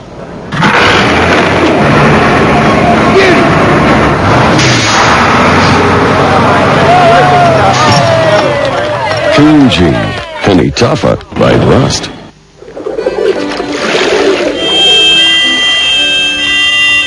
What's the hurry? KFC has a delicious new chicken Italiano. Crunchy, crispy, marinated with garlic, oregano, and a pepper. With a fresh Italian salad and a herb bread. And a tasty burger Italiano, but for a short time only. KFC have new chicken Italiano. For a short time only? Quanto? Follow me. Hey, you want to see what Daddy's got? I guess I do. Wow! Insufluff, kid. Daddy had installed today. You see? They pump it in, no gaps. Beautiful. Feels like the padding in my nappy. Won't itch, it's cheap, it's guaranteed for the life of your house. One day this could all be yours. I'm overwhelmed. And it's made to the Australian standard. Kid thinks I'm a genius. Great stuff, Insufluff. Phone now. If your hot water service sends you through the roof, in most cases, you can have a new continuous flow wash installed. Oh, no! Within 24 hours. From the gas company. Adelaide stretched its lead by 12 further points in the second term, from 21 up to 33, and at half-time it's Richmond 6-7, 43, Adelaide 12-4, 76, as Dennis Covetti and Gerard Healy take a look at the first half. Well, I think, Gerard, the story of the game is on the respective forward lines, isn't it? Yeah, well, the Tigers without Jackson and Hogg, of course, really appear not to have any system there. They've got a young first gamer up there at full forward who doesn't really appear to have come to grips with it at the present time. And they're really going to have a think about who they're going to be aiming at. I'd like to see Menengola there. I know he's a big kick, he's a fast lead, and perhaps they can throw their side around a little bit. But on ball, fairly even, and I think the Crows are just a little bit dominant across the whole lot. Loved this in the first half. In that second term, McGuinness colliding with the trainer there. He gets up, he's not happy with the situation, and lets it be known. because that was a loose ball on the outer side. The Crows had a couple of players running to that side, one of whom was McGuinness, and I think he fancied his chances of going down the ground with that one. Looking at the second half, it seems to me the Tigers perhaps need to get a player like Campbell more involved, do you think, in the midfield? He's played on the wing, he's shaken any tag that may have been planned for him. Now do you think you go the next step and introduce him? I'd like to see Maxfield in that same situation. A very quick player. Campbell obviously could be the option.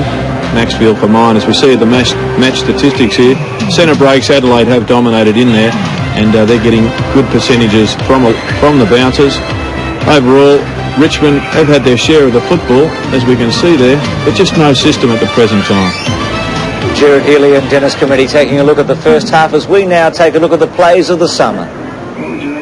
Just when you thought it was safe to turn the telly back on, they're back. Plays of the month. And how pre-season footy has changed. The Dogs were coming out of the sky. The Hawks went bush to Whakapunyal, and we saw Jason Dunstall as never before. In! Smash! Hit! In!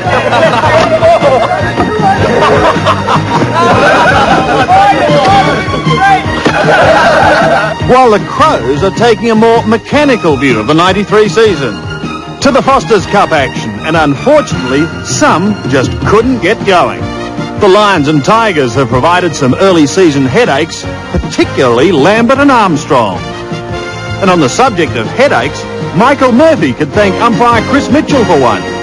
Tim McGrath had his own liberal view of the GST, a good strong tackle, while Marcus Seacamp laboured hard to upset the Bulldogs. As always, the Foster's Cup provided some great aerial work, and Mark Richardson's grab was a ripper, and Darren Jarman's gutsy mark a screamer. Not that Brother Andrew would have noticed it, if you don't mind umpire. Tim Watson has decided against a career directly in front of camera. He's returning to Windy Hill. One man who is not returning is former crooner and part-time bathtubber Peter McKenna. Unceremoniously dumped, his spot was snapped up. Who by? Well, his name was Bernie, and he drove the fastest bathtub in the West. Well, not quite. All right.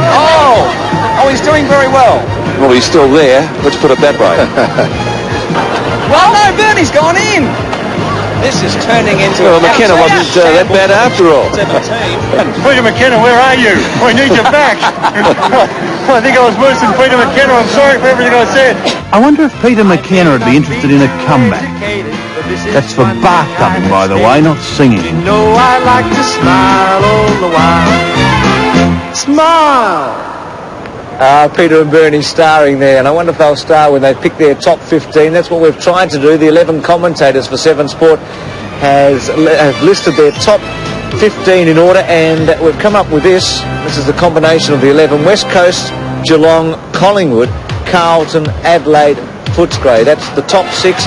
This is at the end of the home and away season. Then Hawthorn out of the 6, and the premiership odds from Tabaret updated today. West Coast favourite at 7-4, Collingwood into second favourite at 9-2. They've shortened, and Carlton have got out to 10-1. Geelong third favourite, then Hawthorn, Carlton, St Kilda, Footscray, Adelaide at 16, and Essendon at 16. Now for the top 6, West Coast unbackable, Geelong unbackable, Collingwood almost unbackable at 5s on, Hawthorn 2s on, Carlton and St Kilda both odds on, and Adelaide also odds on, and then even money Footscray and Essendon and Melbourne 5-4, 9-4 respectively, with Fitzroy shortening into 5-1 after yesterday. A break from the MCG, back with more after this.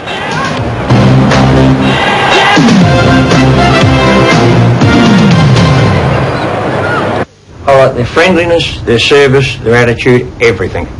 If you want security, I say go and talk to the Patrick Whelan people. People over 55, talking about the people at Patrick Whelan Investments. They're not yesterday's people, they're today's people, and they plan for your future. They don't take risks with your money. Patrick Whelan Investments. Independent investment advice for people over 55. They are excellent people. Patrick Whelan Investments. It's a great day to be out on the road, but it could easily become the worst day of your life.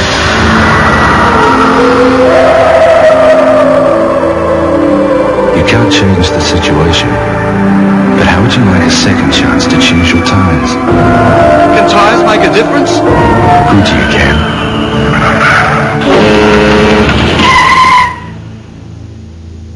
only saves you once a year, it's a good year. Hit the heart and live a little. Live a little. Hit the heart and live a little, yeah. Start your weekend tonight. Nothing wrong with feeling alright. Come on, come on. Live a little, hit the heart. Live a little, smile a lot. Joke a little, give 'em all you got. Kid a little, hey, why not? Live a little, yeah. Hit the hut. Samtez Seafood. Fresh from the high sea. Samtez Seafood. Fresh from the high sea. Samtez Seafood at 201 Richmond Road, Richmond, and now at the Central Market, has the largest variety of fresh and live seafood. You'll find a superb range of whole fish and fish fillets, all at competitive prices, plus freshly cooked crayfish, king prawns, freshly opened oysters, scallops, cutlets, fillets, the lot. Samtez Seafood.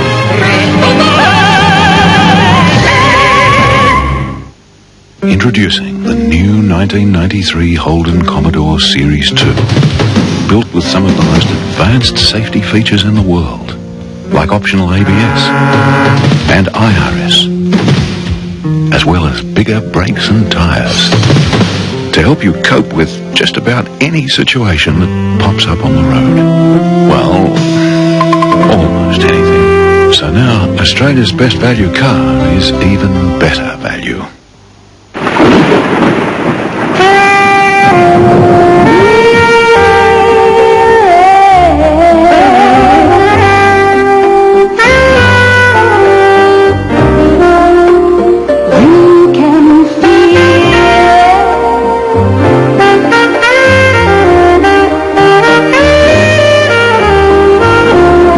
Air conditioning, making your life comfortable.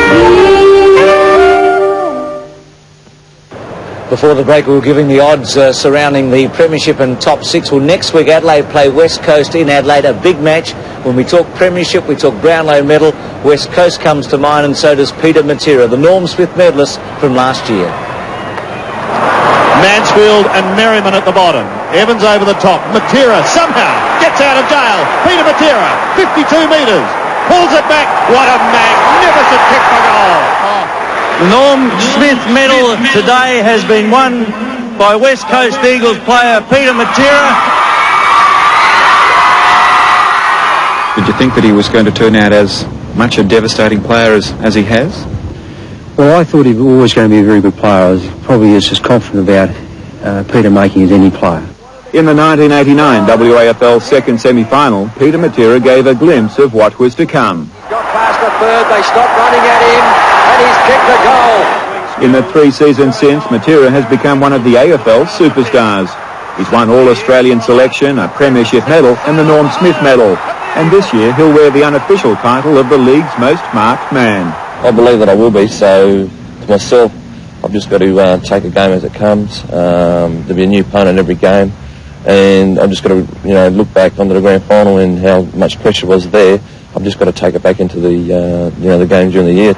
Of course, rival coaches wanting to tag Matera will have to find someone who can catch him.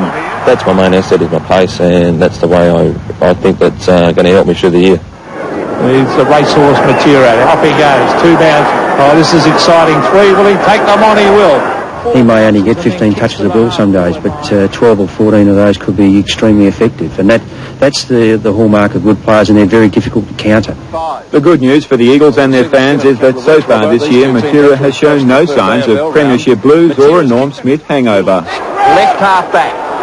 And he takes Matera on, and Matera's got him. Well, you'd never try. Well done. Matera, would you? Brilliant football, Matera. Do you think that there's more improvement in him? I think so, in terms of consistency. Since last September, Peter Matera has become larger than life. Elevated to state hero, his life has changed dramatically.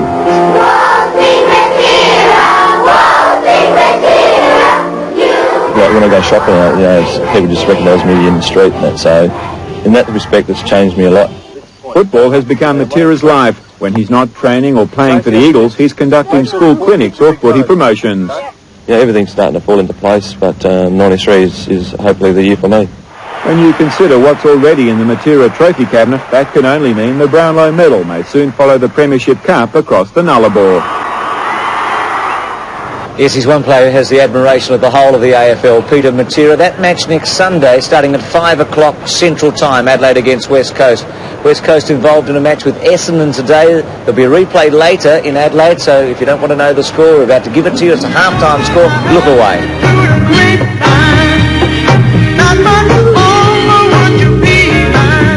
That replay coming after this match, and after this break, the second half.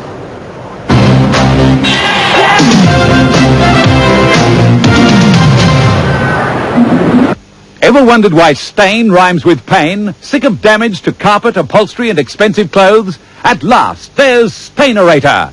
We took a piece of carpet into our studio and put it to the test. First, hospital strength betadine. We then rubbed it in. Next comes blueberry, and again we rub it in. What about ink? Surely nothing gets that out. Even cranberry. But we're still not done. Ever spilt red wine? What a mess. Now watch. The stains disappear as Stainerator goes to work. On contact, they start to disappear. For harder stains, work it in. Can you see what it's doing? Take a damp cloth, work it up and down, and the stain's gone, even underneath. Now, watch as we stain this expensive silk blouse with ink. Then rub it right in. But don't throw it away, just squeeze on Stainerator. Work it around, and believe it or not, going, gone. You'll save heaps. Mess on your lounge, red wine, grape juice, ink. Let's rub it in good and proper. Now for Stainerator. Watch again as the mess disappears. A damp cloth backwards and forwards, and your couch is as good as new. Stainerator will even instantly clean copper, silver or gold. Watch now as we take a glass of water, pour ink into the glass, stir like a tornado, add Stainerator, and before your eyes the ink just disappears, even as we add more and more and more mess. Imagine what Stainerator will do for you in the wash. Best of all, we 100% guarantee that if Stainerator doesn't work as easily for you at home as it does for us, send it back for a full refund. Ring now and we'll send you 3 large bottles, plus a small purse size, all for just $39.95. Stainerator, forget the rest, it is the best. Ring now. Ring now, but don't send any money. That's right, do not send any money. We'll bill you. Ring 008-023-025, but don't send any money. Ring 008-023-025, but don't send any money. For Steve Adams, thinning hair had caused a loss of confidence, so making the decision to see Advanced Hair Studio was something he just had to do. Now, with his hair successfully replaced by Advanced Hair Studio's patented strand-by-strand technique, anything is possible. And as you can see, strand-by-strand defies detection. If you have a hair loss problem, call Australia's largest and most successful hair replacement organisation, Advanced Hair Studio. Call now. If you haven't rung up the fantastic savings at Spotlight, you'd better be quick. Fashion gads and linens are racing out at $3.99 a metre. Indian cotton ready-to-hang curtains are $10 a drop. Patchwork comforter sets discounted and more. Ring up Homemaker Bargains now at Spotlight. Alan's Redskins are red skinnier.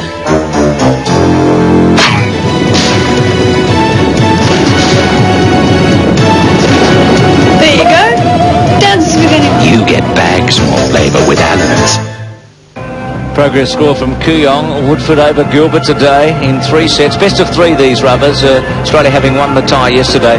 Wally Mercer trailing Dave Wheaton early in the second set.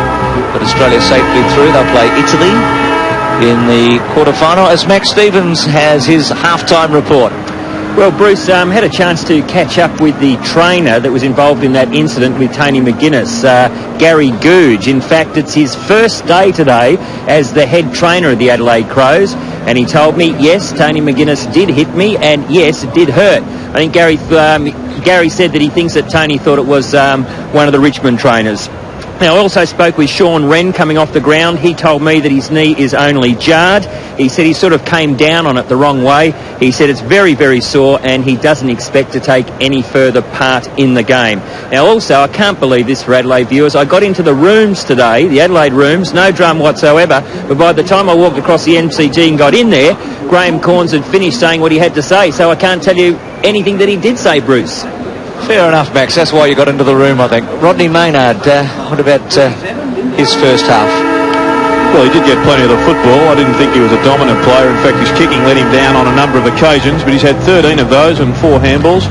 I think you've got to say Max got the interview that counted, didn't he? Wayne Campbell on a wing, obviously designed to shake a tag. He's had 13 possessions to half-time, effective certainly.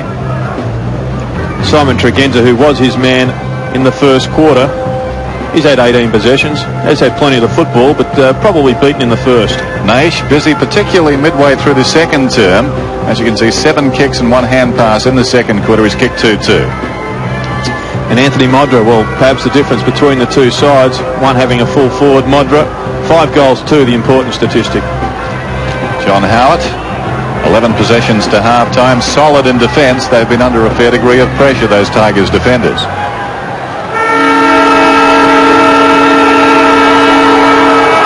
Second half to start. Adelaide by 33 points, 6-7 Richmond, 12-4 Adelaide. Richmond to the left, Crows go to the right. Schaefer got the best of the bounce. Jarman was going to kick it off the ground. McDermott in hard. Maynard there with Bauer.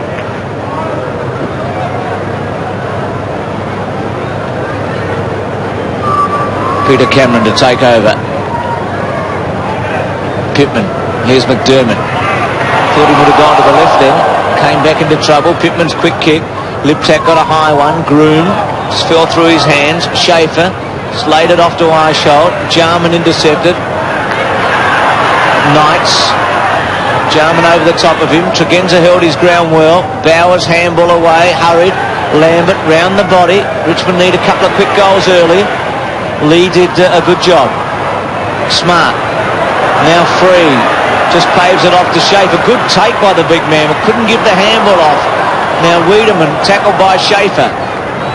Free goes to ground. Anderson over the top. McGuinness and runs it out. Scrappy play to commence the second half. I think Tony's emotionally affected by that incident in the first half, Dennis. Well, I'm not sure how it would affect you. It hasn't been done before, I don't think. Pittman gave it to McDermott at close quarters. He was in dreadful strife there, and there's going to be a ball up on the outer side. Up comes Bauer with the ball. So bounce down towards right half forward for Richmond. First goal pretty important here. If Richmond can get it, then suddenly you get the feeling perhaps their momentum could start to roll. If not, they've got some problems. This is Knights. Well done. Earned the free kick, but plays on. He boots it down inside the attacking 50. Lee, the big jump from behind, finds the ball on the ground, tries to knock it out. Still on his knees, Lee. Well done by Nace. Threw a hand in there to tie it up. And there's going to be a ball up. Well, the crowd wanting holding the ball, but in fairness to the umpire, nobody was holding Lee. Peter Cameron, Andrew Coates, the men in charge. Tony Free round the body to the goal square. Ben Hart, he's had a passive role today, hasn't been in a lot of the action. Tregenza to Lee. Rouvray and Hart. Hart just stepped aside. That's good teamwork. Rouvray keeps it. No, he doesn't. Tried to keep it in. Banged it out in the end. Well, Richmond have persisted with Adam Slater at full forward. He's yet to touch the football in his first game. I really believe that it's time they got a more experienced player down there. Scott to centre half forward. Slater was in the front spot. Lee, little one. McQueen stopped it. Caught. Good tackle, McDermott. Needed a strong body to hold McQueen up illegally, and he did it. Scott Lee on the bottom. And as Dennis said, first goal important. If Richmond get it, the game's alive. If Adelaide get it, you feel that it's shut the gate. Pittman intended for McDermott. McGuinness breaks away, kicks it into Tregenza. Now Tregenza's got problems. Dragged down. This is Bauer towards the kickoff line. Rouvray takes the mark and plays on immediately. Storms up the ground and boots towards midfield, but a poor kick. That's 2 in a row now from Rouvray. Eisholt has claimed it alongside the centre circle. 12-4, 6-7. Eisholt deep into attack. Nobody at home for the Tigers. Uncontested. Pittman releases Smart, who runs up the ground. Maynard props, kicks towards centre half forward. Fisting away was Groom. Jarman mishandled. Liptak across to Groom from 50 metres out. Long kick. They contest in the goal square. Howard was held. Free kick was paid, but he plays on. He was allowed that advantage. Howard pinpoints the ball. Bauer, a little indecisive. Not much happening down the ground. He used the ball pretty well in the circumstances. This is Scott, centering kick. intended for Bullis. Awkward half volley. Maynard on his knees. Jarman on the assist then. Quick hands. Got it away to Anderson. Towards half forward. Spilt by Young. Recovered pretty well. Goes looking for Turner. Taken high. Bounces off Young. Shrugs the tackle of Brown. And finds Scott. To Bauer. Loose man Campbell. Oh, not good. Tregenza held it up a bit. Campbell's handball, excellent. Maxfield could kick this. He's a thumping kick, goes for it, doesn't quite get it. Crows have the numbers. Wiedemann has Lee. Decides to go long and wide. Schaefer and Brown. Brown's a long way back. He's impressive, Schaefer. To centre half forward. McQueen the target. No free kick. McGuinness's hands were quick. Lee, McDermott, Anderson. Gets around Knights. Just sets it up for Groom. Takes a nice mark. Now Modra goes now. And he'll get him.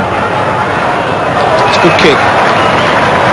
Howard's been the match for Modra when he's had a fair chance. But Modra very quick there. And Groom... Well, pace doesn't have to become a factor here. The player leading has the advantage because he knows where he's going and when to go, and there was not much chance for Howard on that occasion. As long as the kick's out in front, the backman has very little opportunity. It's kick 5, Modra, drop punt, kick 6 and a body blow for the Tigers. Well, I'm confused. You'd better explain how this works, Adriana. Certainly I can. When you buy a scratch and win telespin from any lotteries agent for just $2, you have 3 chances to win. Scratch here to win $75,000, or here to play on TV, and here to win cash at home. It's that easy. Now the first draw is Wednesday night after the news, so get your ticket now from any lottery agent and keep watching Channel 7 for Scratch and Win telespin. Tony Modra, 8 marks, 9 kicks, and 6 goals now. Most impressive as Bauer gives it across to Lambert, who goes towards the pocket. Awkward half volley here for Herman. He picked it up brilliantly. Across it comes towards Knights. He put it on the ground, claiming the free kick was Jarman, not forthcoming. A hand pass from Scott. Herman another chance. Goes looking for Naish. Crashing in there was McGuinness. In goes Jarman. And the Adelaide boys going in pretty solidly as the Tigers try to get back into this game. This is Knights. They're bearing down on him. Kept his composure brilliantly. That is one of the goals of the season if it went through. No, it didn't. It bent back so far that the players contested a metre out. And it was a rush behind. It looked on course for a moment, but he really did have to screw it. 6-8, 13-4, just over 18 minutes remaining. Rouvray to the centre square. Pittman was at the back of Smart. Bullis. Maynard. He's just going to the boundary there, Bullis, from about 15 metres out. Kept soccering it in front of himself and running it out. Well, free kick. No, not to Pittman. Quick kick away by Free. Hart. Naish. Lee. There's been a change there. Hart now on Naish and Wiedemann caught. Play on. Hart's quick kick. Anderson will run out. Yes, Hart's got Naish and Lee's got Hooneman. Anderson, first game for Adelaide, ex-Magarey medalist. Port Adelaide champion, went to Essendon. Had a very successful career there.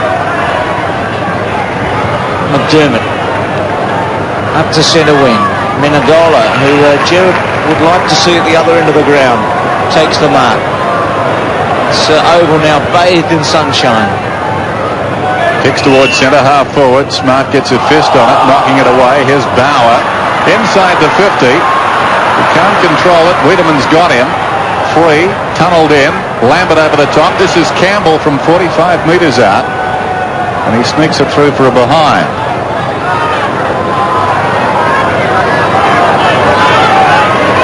The Richmond faithful, not too happy at the present time. 6-9, 13-4 for Genza, with plenty of space. A second bounce carries him to the wing. A third, Bickley escorting him. About 4 bounces from Bickley, and then Modra. Well, that is great football. And Howard trying to rough Modra up there, taking it to the brink of 50. Showed good judgment. Here we see a good shot of the replay itself. Once again, Howard not using any arm to impede his opponent. It's too late on the scene. He's got to restrict those leads at the start, not trying to cut them off at the finish. That's by the same sire as a headlock. There goes Modra, and he's missed to the right-hand side. So, his tally remains at 6 goals. Lively forward so far today.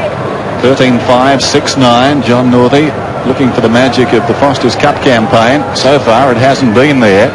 As the ball is kicked in by Turner to the outer side, it falls forward. Groom has an opportunity.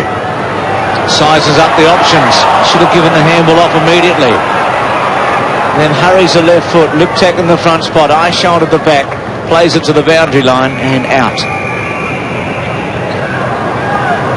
Simon Eyeshoulder has played with John Northey now for a number of years, along with John Howard, who hasn't had so much experience. Come across from Melbourne. Schaefer. Minagola forces it away from Rowe and Anderson. Ventura warming up in the sideline. Groom to do the ruck work with Schaefer. Groom did get his hand on it. Anderson's quick high kick. Liptak with a chance. Courage and good mark. It's a long time coming. Goal kicking forward. Come Rover, 45 goals in 34 matches prior to today, so he averages about 1.3, and he's kicked 2 so far today. Leans back, drop, punt, good looking kick. It's got it. There's a mountain of specials in store for you this week at Foodland, like Weston's chocolate biscuits at just $1.29. Coke, Tab, Fanta and Sprite at a refreshing 69 cents. Ruffles and Thins twin packs only $2.29. Pal dog food at a low 99 cents. Budget rum to date just $4.79 a kilo. And Valencia oranges 3 kilos for only $1.59. Foodland, the money's out for this year. So the margin 44 points as the Tigers work it forward towards their half-forward line, but they've got the job in front of them. Campbell goes looking for Lambert. It pitches just inside the boundary line, goes over the head of Slater, and goes out of bounds just inside the attacking 50.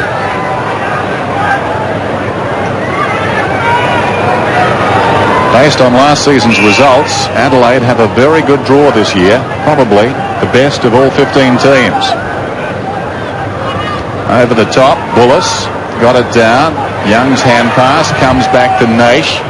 It goes long towards the kick-off line. Drifting back, the mark is held by Rouvray. Been impressive today, Rouvray. One game last year. And Corn's hoping he can hold down full back. Groom set a task on the outer side. Has he got the pace? Bearing down was Turner. Got him too. Minagola gets the fumble and goes back towards Richmond's half-forward line. And Maxfield, who plays on immediately. Centering kick. Pittman's in the road though. In from the side, Wiedemann almost the mark, but Adelaide have got the numbers again, although under a fair degree of pressure now. It spills out, clever hands, nicely done by Slater. Down went Naish, picked up by Smart, but close quarters Bickley to Wiedemann. Wiedemann still under the pump in there. Lee tries to rake it in, and we've got a whistle, and the ball will be bounced about 25 metres out directly in front of Richmond's attacking goal. Once again, the Tigers kicking towards a packed forward line. They do well to shift all their players up the ground to open it up. Pittman, Slater, handball by Rowe, McDermott to Bickley. Adelaide didn't touched off the boot. Knights and Jarman back. Bickley, good tackle, Jarman. Good pressure by Richmond because their prime movers were involved there for Adelaide and they couldn't get it away effectively. It's not a good kick. Kicking it straight to the tools of Adelaide, giving themselves no chance whatsoever. And this man can really stretch. Smart. He plays taller than his official height. Schaefer. 50 metres, is it? Well, the ball was knocked from his hands after he took the mark. Looked at for the second time today. Not the same incident, but 50 metres against him. Fairly technical once again. It's not my favourite rule, the 50-metre penalty, because of that reason. He's kicked one goal, Schaefer, from what was a dubious free kick in the second quarter. This one, he's a bit further out. He's 45 metres, drop punt. And hitting the post. with the hands around the ball. So Richmond crawl up to 6-10. Adelaide 14-5. And that was the danger, wasn't it, Dennis? Where were they going to get a winning score from with no Hulk on the forward line? Hard bound to replace the skipper after what was an outstanding pre-season. Schaefer trying very hard, pops it over the top to Lambert, who thought about going. It was a good decision because he wouldn't have been able to come back onto his left foot. As we've seen today, his right foot isn't all that flash. Smart was bearing down, so smart decision from Craig Lambert. We'll see exactly that here on the replay. If he had have gone, he would have been forced onto his right. He's kicking from about 35 metres out. Good looking effort. At BP, we like to think our new service stations are the best in the world, which is why our special fact-finding team is constantly checking, as unobtrusively as possible, how well our stations are maintaining the standard. Thank you. We're pleased to say the results have been very encouraging. But why not come and check us out for yourselves?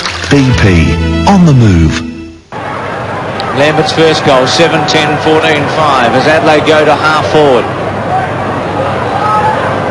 Maynard. Rowe turns around Minagola, back to Tregenza, who had got rid of it before he actually received it. Maynard, Bickley's centering kick, was hoping for Groom, but Knight's got in the row. Unlucky not to get a free kick. Anderson on his right foot kicks a goal. Knight stiff there. Anderson's first. It's first for the Crows. And they're up to 15-5 to 7-10.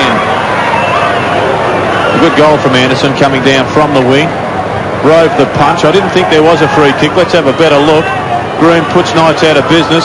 You could argue a case each way. But an excellent kick on the right foot. Well done, Modra, to shepherd it through.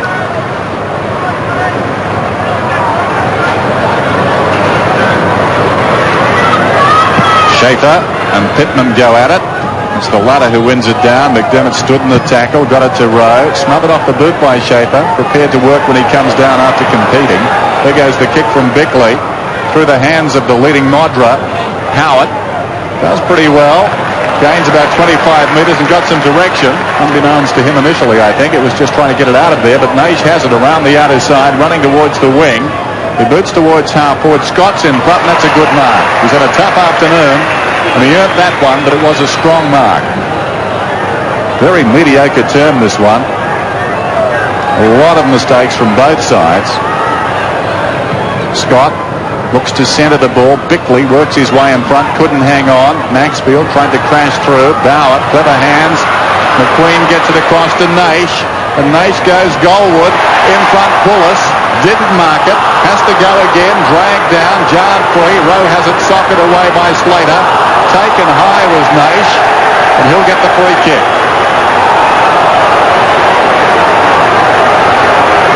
Well, he certainly lifted his work rate, Naish, since quarter time. He's been given more of an on-ball role, getting up towards the wing. I think he may have just copped a knee here. No, it was certainly an arm. Well called there from Dennis. Just an errant hand going through there. Certainly took the dive and made sure the umpire saw it. There's the opportunity to go. 25 metres out, Chris Naish steers it through. It's fantastic. Incredible. I'd say it's full of cheese. Oh yeah, you can tell. It's McDonald's Triple Cheeseburger. 1, 2, 3 slices of cheese, 3 all beef patties with ketchup, mustard, pickles and onions. It is full of cheese. McDonald's Triple Cheeseburger. I wish this could last forever. No, it's only for a limited time. It's Mac time. 8-10, 15-5. Naish with 3 goals. 3 threes kick Richmond forward again. Smart, Jarman and Bullis. Could have had a pretty big afternoon, Bruce, when you consider the ones he's missed, particularly one from about 3 yards out. Yeah, probably should have had 5, Gerard. Maybe 6. Campbell's quick one. Slater. Lee. Campbell. Maynard. McGuinness. No free kick against Tregenza there. McGuinness a long ball, but Turner back. Playing at centre half back. being used in that position in centre-half forward. Awful, wasn't it? To Anderson. Anderson couldn't believe his luck. Standing there, ball fell in his hands. Now Modra. Made a long lead from the other side.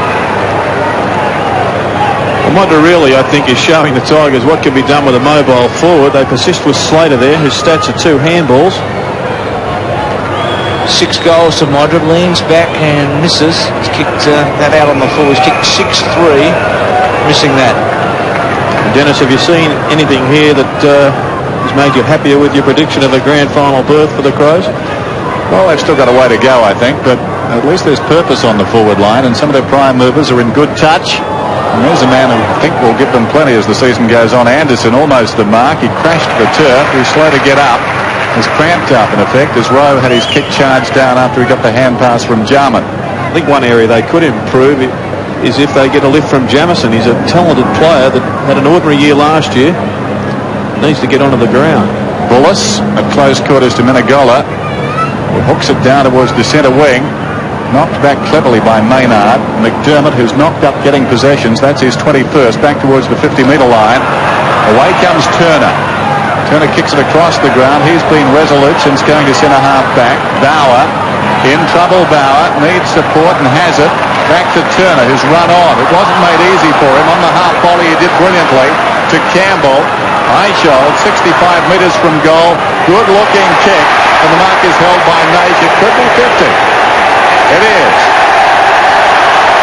Pushed him in the back after he'd taken the mark. Got a lot to it, but umpire Cameron having no hesitation, so Naish comes up directly in front between the goalposts.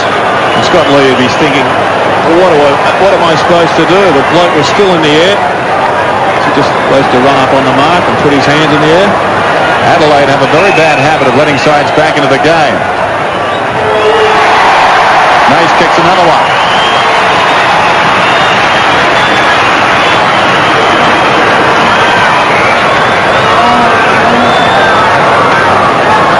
Richard Loveridge there talking to Chris Naish. Good tap on there after a poor handball. And this is a brilliant kick here from Simon Eichhold. A workhorse who shows he's got a bit of skill also. Forward to Naish. Probably the best passage of play the Tigers have shown for a long time. 9-10-15-5. Some urgency surrounding the game suddenly. Pittman wins the tap. Will Adelaide respond? Jamison's on the field. McDermott. High one. Liptak after it. And it ripped away from him. McGuinness. Jarman. Pressure from 2 Richmond players. Brown's handball okay. Groom misses it. Jarman. Back inside. Jamison's good. He's clever, Jarman. Goal. He's got a touch of genius about him. 16-5, 9-10. He just delayed and weighed up the options. He had Liptak in front. Once again, Groom just delaying there. Brilliant handball sets up Jamison inside for an easy goal.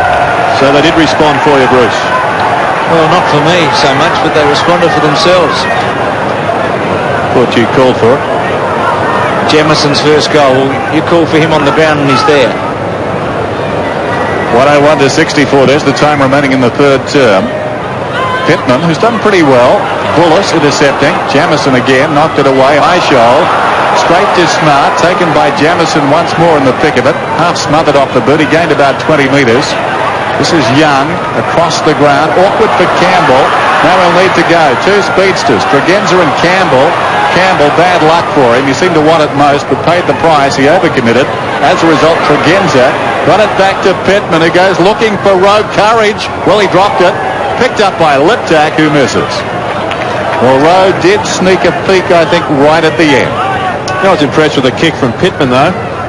He weighted it perfectly, and he would have been disappointed that it didn't convert. Menegola to Howard. Centre wing. That is a shocking kick. Slater there. Tregenza. Maynard, Knights, good play Knights, yes, he persisted, he was involved in the first passage, to Lambert, bang, not taken by Herneman, or Scott I should say, handball up to Maxfield, goes for it and misses. Nice quick hands. Well, there was an opportunity of another handball onto Bauer, would have put him under pressure, but with the left footer being forced to the boundary line, it may have been the best option. I think we have a new full forward for Richmond, with Scott appearing to be down there. Lee to McDermott, Liptak and Eichholt, Menegola, Smart up the ground, Adelaide with the numbers, didn't get it away cleanly, Eichholt to hold it up, Slater, caught by Smart, ball up. 19-year-old Adam Slater in his first match. Nothing much to remember for the moment, except the occasion. McDermott, well played McGuinness, just gave free a hip and shoulder and he was unable to get a kick away. Rowe, centering kick, Modra, lovely take, well played, very good effort by Modra, class. Well, not only can he take a mark on the run, he's kicked 7 goals, and not many full forwards that rely on marking can do that. That was a Dunstall performance, wasn't it? A great goal. And I think one of the questions that needs to be answered by the Crows this year is who is going to be their full forward. Obviously, you can throw it around a bit, but this player has kicked a bag full of goals on a number of occasions, and today he certainly put his hand up and said to the coach, well, I'm prepared to take it if you give me the opportunity. Crows lead by 43 points. Pittman and Schaefer knocked on by Free, taken by Wiedemann against the flow, boots it down towards centre half forward. Room in front, Turner over the top. Unkind bounce for Patura, slapped down it there by Brown, in fact he threw it. Slater now at centre half forward. I think the move has been well overdue. Alistair Scott at full forward for the Tigers. Eichholt from centre half back. Goes for distance towards half forward. McQueen, the big leap, fisted away by Hart. Over the ball was McDermott, but a Crow was held without it out there. It's coming back to Jamison. Jamison towards half forward. Groom works his way in front.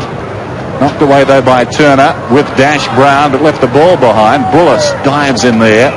Immediately he's grabbed. And a bounce about 40 metres out from the Crows' attacking goal. 108-65. Peter Cameron unhappy with Matthew Liptak and giving a free kick. Well, another free kick to the Tigers makes it 27-11. So they're getting plenty of go from the umpires. Bullis. Saw Anderson a moment ago on the sidelines. A big fly by Pittman. Tap forward by Herneman. McGuinness. Free. Now Maynard. Back to McGuinness. Clever. Jamison. It's hard to imagine that he's not in the best dozen players at the Crows in the squad, but he can't make the team for the moment, or the 18. It's bewildering. Handball by Liptak. Jamison in again. Here's Brown. Quick kick away. Groom onto it. He's had a better quarter. Now Modra goes, and Groom goes for him, and Rowe gets into the position in front of Modra and takes the mark. Well, he did have two options. I think he may have actually been going for Rowe. Bruce on that occasion, Rowe was coming across at a tangent. He did block off Modra, who would have got it anyhow. You see him stationary there, but only because the kick was a little behind him. He's kicked 1 goal, Rowe. Hits the post. Hook at the end. Must have looked good off the boot to him. Adelaide up to 17. 7-9-11. Just under 2 minutes till three-quarter time. Just a little push from Free, getting Groom out of the contest.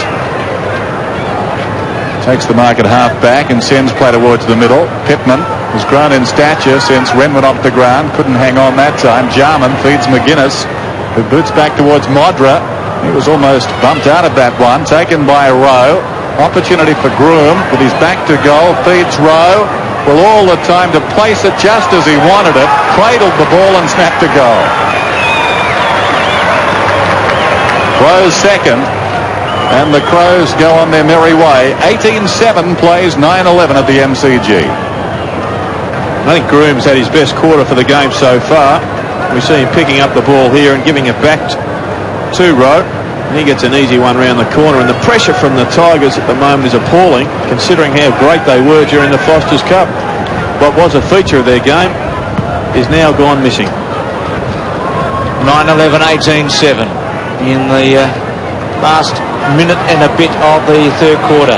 Herneman tried to run it forward. He's had a quiet afternoon.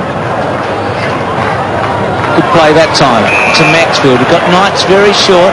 Goes long, kicks it right to the goal square. Nace coming in from the side. Maynard tries to hold it up. Scott McQueen, handball away. Bauer, very good tackle by Rouvray. Free got rid of McDermott. Little kick, and it's gone out. Well, they're not working as a team, the Tigers. It's a conglomeration of individual performances. They're not working for each other. Maxfield there trying to bomb from 50 metres out. It's a short pass on the Knights. That would have been the go earlier in the year, but they're all playing for themselves at the moment. McGuinness, good mark by Jamison, who just gave Herneman a hip and shoulder at the right time. So he's had an instant impact, Jamison. It's a centre wing. Eichel caught by Liptak. And we're down to about 13 seconds remaining. Adelaide kicking 6 goals in this quarter to Richmond 3. Been a rather forgettable term though. Tempo did pick up from about halfway, and there's three-quarter time. 18-7 to 9-11. So Adelaide leading by 50 points. The name of the game.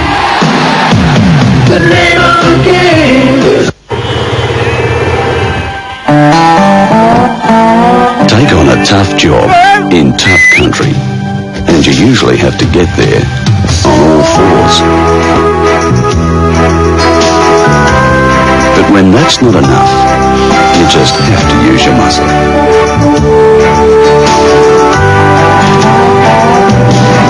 That's why there's a whole range of Mitsubishi Tritons with all the muscle of a big V6. And if you can't rely on a big V6 with four-wheel drive to get you there, who can you rely on?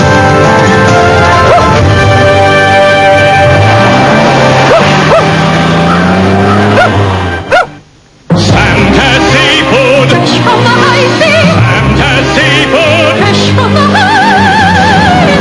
Samtas Seafood at 201 Richmond Road, Richmond, and now the Central Market has the largest variety of fresh and live seafood. You'll find a superb range of whole fish and fish fillets, all at competitive prices, plus freshly cooked crayfish, king prawns, freshly opened oysters, scallops, cutlets, fillets, the lot. Samtas Seafood.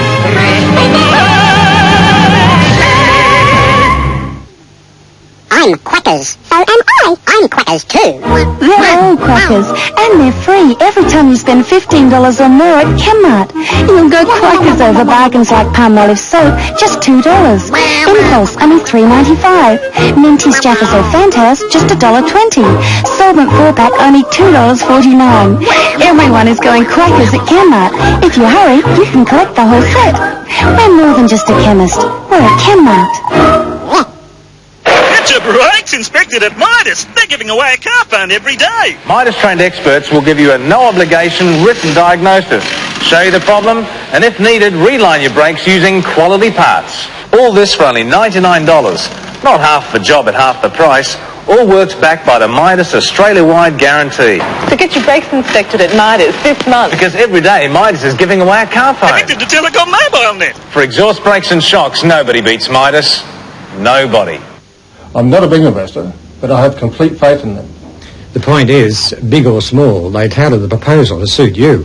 People over 55, talking about the people at Patrick Whelan Investments. Since my husband died, the Patrick Whelan people have really looked after me. They are lovely people. Patrick Whelan Investments. Independent investment advice for people over 55. I think they're amazing. Patrick Whelan Investments. 211 7421. 1956, the start of the golden years of music. The world is starting to learn to rock and roll with Bill Haley and his Comets. 1960, a new dance craze sweeps the nation. And Del Shannon has his biggest hit. John F. Kennedy is made President of the United States. 1961, the Berlin Wall is built and the Big O has a pretty woman. The golden years of music, 100 hits and 10 years of the best music of our lives. If you don't believe you get bags more flavour in every Allen's bag, test them for yourself. Allen's Sherbies are fizzier. You get bags more flavour with Allen's. It's been a consistent goal-scoring performance by Adelaide. 8, 4 and 6 in the three-quarters to date, and it's 18-7, 115 to 9-11, 65 at three-quarter time.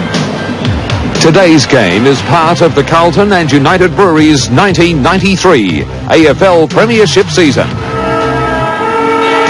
Third round of the Shell Australian Touring Car Championship from Phillip Island. Spectacular venue, April 4. So check your local guides for details. Max Stevens, Graham Corns would have to be pretty happy. Well, of course he is happy, Bruce. I know Gerard touched on this before, but I just wonder if Scott Hodges is back in Adelaide watching this game. He was forced out on Thursday night due to a thigh injury. Now, Tony Modra, Scott Hodges, who will they play at full forward? I think it's going to cause some headaches for selectors over the next couple of weeks. Graham Corns wants a disciplined 30 minutes, no tricky stuff, just finish it off, and whatever you do, don't let Richmond back in. Now, keep attacking the ball. He's asked his defenders to regroup and keep it tight.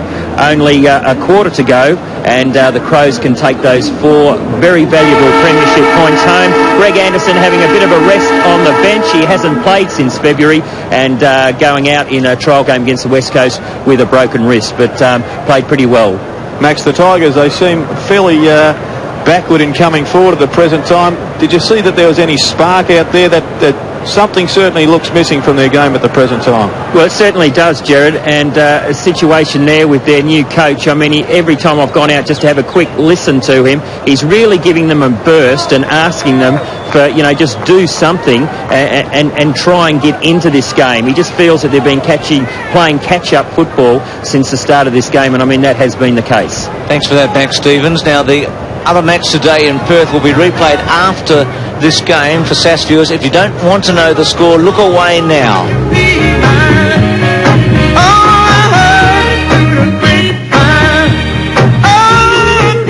In the Davis Cup, Dave Wheaton beat Wally Masseur in the 5th but ineffectual rubber. Australia 4 rubbers to 1 over the United States. Start of the final term of the MCG. Richmond trailing badly against Adelaide by 50 points. It's 9-11 to 18-7. Modra with 7 goals has been the big goal kicker. Liptak out of the centre. Missed though by Jamison. He came on for Anderson in the third quarter. Handball by Maynard. Was to the opposition Lambert. To Bullis. Chip kick to Knights. Straightens up. Long one to the goal square. Good kick. And Scott unable to take it. McQueen lurking at the back, beats them both out of play. Young Mark Pachura, a player that's been in the back line, has been pushed up forward for the Tigers. Pittman doing the ruck work, has a big height advantage. The kick by McGuinness went straight into Pittman. Scott caught by Hart. Oh, can't believe it. Jeez. That was a good tackle. He went to kick it, and the tackle made him miss the football. He's finished with the football. There it is. He simply dropped the ball. Ben Hart already had hold of him and tried to let go. Well, Adelaide hasn't had a great run, and Scott goals. Saw the Schaefer free kick in a similar spot in the second quarter, which was bewildering, and that one just as much. I mean, you can be a bit picky on it, but Pittman does get the tap out, then a fortuitous rebound, or an unfortuitous rebound. Look at Tony McGuinness. He's kicked the ball into 2 of his men today and hit a trainer from Adelaide. Which will become an epic if Dennis has anything more to do with it. 18-7 to 10-11. The early going in the final term. Schaefer pushed out of it. McDermott has been so busy, battles after the ball, held it a long time and is penalised accordingly. So free with the free.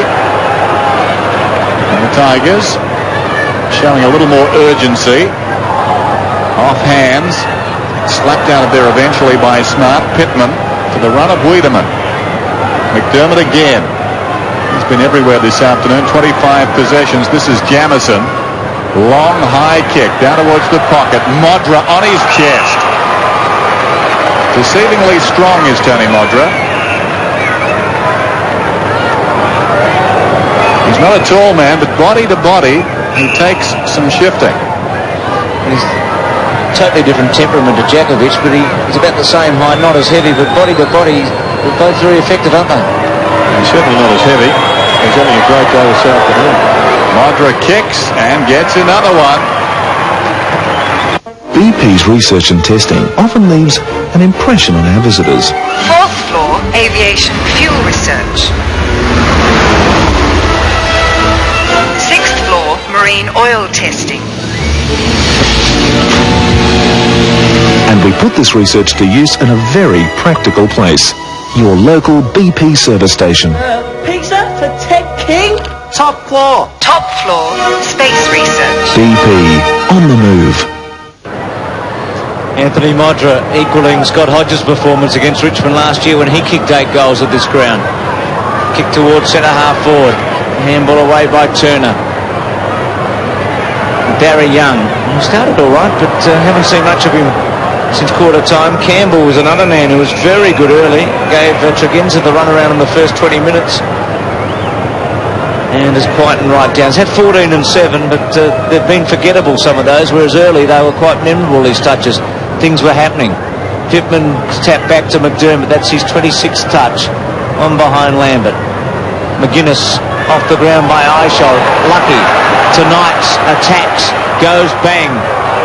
Scott and Hart calling it for a free kick down the ground, the Richmond supporters, but it would have been lucky, and that one out of play. Well, the lack of a leading forward once again there. They've been very much one-dimensional, the Tigers, in their forward movements. Just a long bomb and hope into the forward line, and it has had very little result. Good play by Smart. Tregenza with a bounce. He's got better as the game's gone on. To Jarman. Bullis versus Maynard. Bullis paid it. Good call there by Peter Cameron. Out wide to Turner.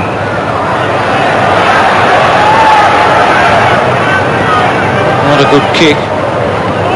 Smart attacks it. Jamison.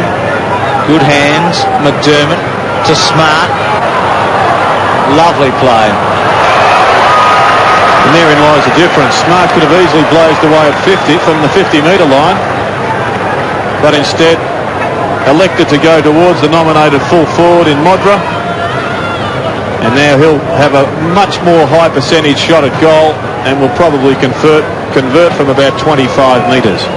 Hodges has the Adelaide record with 11. Now Modra's got 9. He's closing in on it. Pretty sure it was against Geelong at Football Park late last year. 27 to 10-11. And Modra has 9. And, he's played so brilliantly well. And Smart was good. And Jamison's had a very positive impact, Gerard. Yes, he's a talented player, Jamison. And one I'm sure will have to have a big season if the Crows are to make the finals. Well, it's a rout at the present time. 127 to 71. And Pittman has done pretty well. McDermott on his knees back to the big man. Pittman's kick goes inside the 50. Menegola running back with it. Flying through was Howard. Menegola retrieves, gets it across to Turner, who chips it out wide and finds Bullis. He's at right half back from South Australia. Bullis for distance towards the wing. In from the side, Pittman, but McQueen takes a very good mark. He's been very quiet indeed today. Across the ground, towards half forward, ill-directed though, and Bickley, his battle today hasn't been one of his more convincing performances. Nash really troubled him in the last quarter. He goes across the ground, having been paid the mark, and finds Hart. Ben Hart, right half back. Through the wing towards half forward. The Tigers there in number, and a good mark is taken by Scott Turner. He's tried hard. Standing kick, rather untidy looking, but effective. Patura chips it into the path of Naish, who's got the ball right on the 50, wants to go, sharpens the angle there as he goes to his left-hand side, and one wonders why he manages to sneak it through for a behind. Anderson getting ready maybe to come back. 4-4 to Naish out of the 10-12.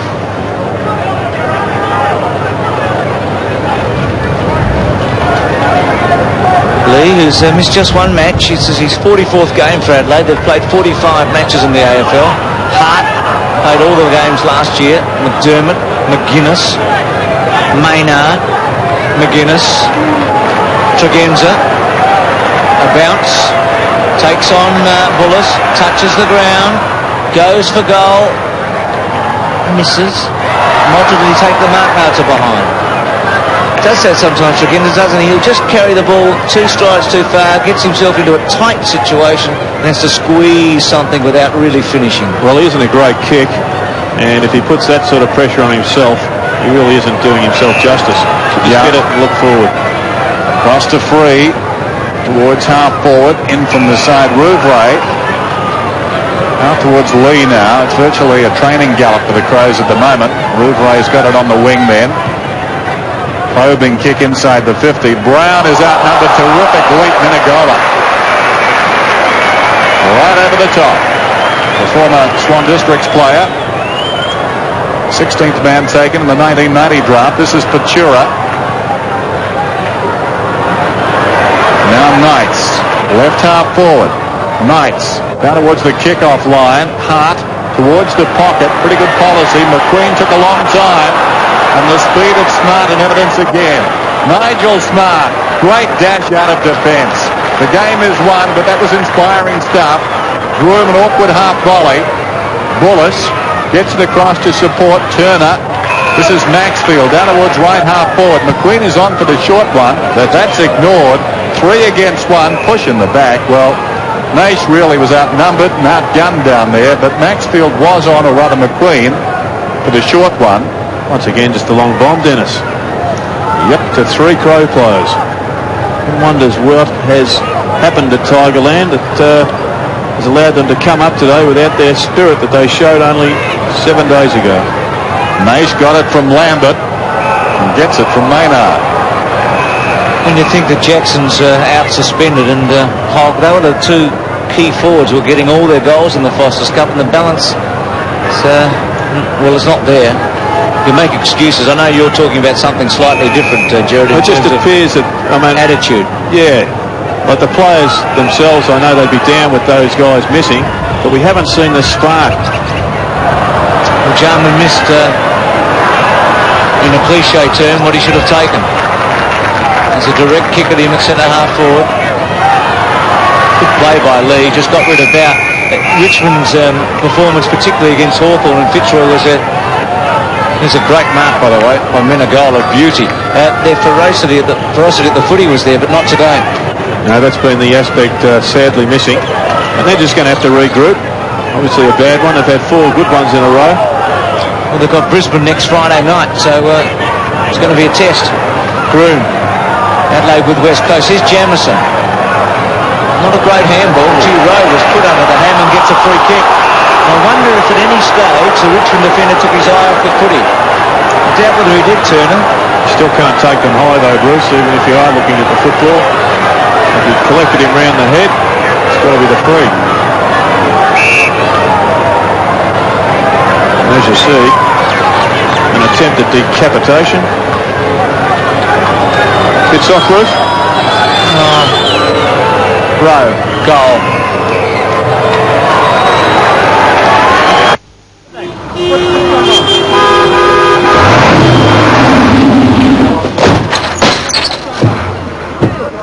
Don't shift it. Hang on, mate. Keep him back. Right, get back. Hope you know what you're doing. Go.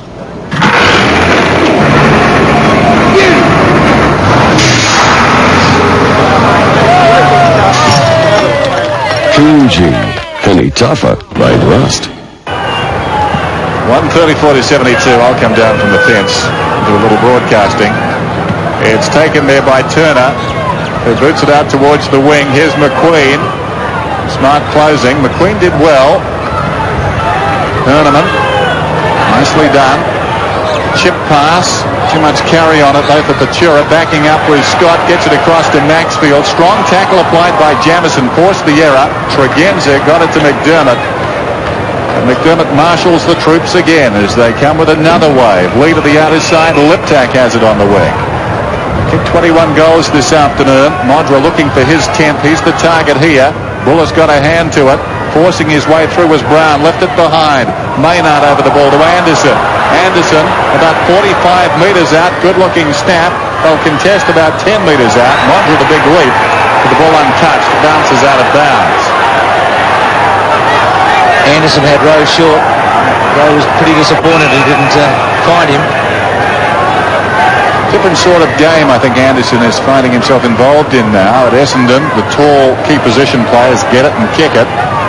They don't have that luxury here with the Crows, and they do present themselves short more often as the ball spills out of bounds. I guess, Bruce, that's just an adjustment he'll have to make. It's a really good point.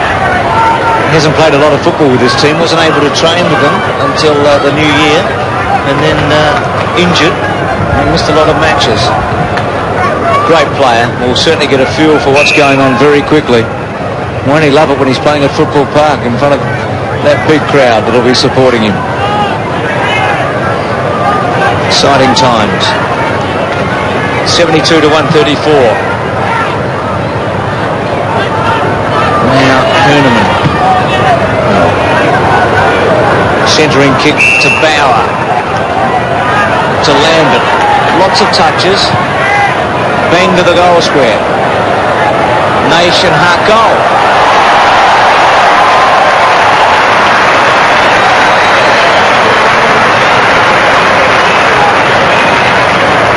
A long one. 2 to Lambert. Well, he's kicked this from... measure it out, Jared. You know the MCG pretty well. Well, it's 57 metres from the square line. So give it another 15. You come up with 72. When he kicked it, I was a little bit critical, but got the lucky bounce, put the top spin on it. A goal to Craig Lambert, his second. 30 possessions this afternoon for Lambert. Opportunistic goal, that one, as they came up the ground. He went for the long kick and got lucky. Campbell, Menegola. This is Knights. Knights forward of the wing towards the pocket. Bounces off the chest of young Scott. Nightmare of a game for him. All sorts of problems with Modra early. Knights' hand pass. Finishes up with McQueen. Brilliantly smothered off the boot by Bickley. It spills out about 30 metres from their defensive goal, the Crows. Jamison in trouble. Smart left it behind. Big hand pass came out from Slater. Now Jamison on the run. Little chip pass back to the middle. McDermott. Bickley continues to run down the ground. Sweeping hand pass out wide to Anderson. Settles. Goes long. Good looking kick. It's a goal. Boys are back in town. Boys are back in town. Oh, the boys are back in town. The boys are back in town. Don't miss out on buying your 1993 Camry Crows season ticket. Special new reserved seating areas have just been released and good seats are still available. And remember, if you buy your season ticket, your football dollars stay in South Australia. Call Bass Dial and Charge now, but don't miss out because the boys are back in town. Boys are back in town.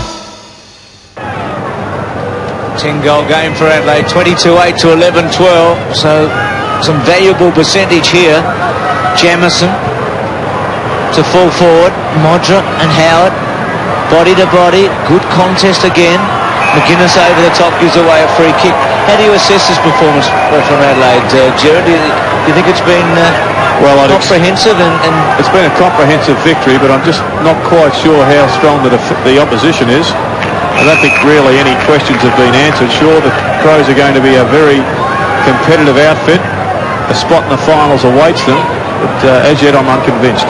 18,473 here today. Smart, Bickley, Rouvray trying to take the opponent on and had the strength to get it to Lee, who chips it to Jamison.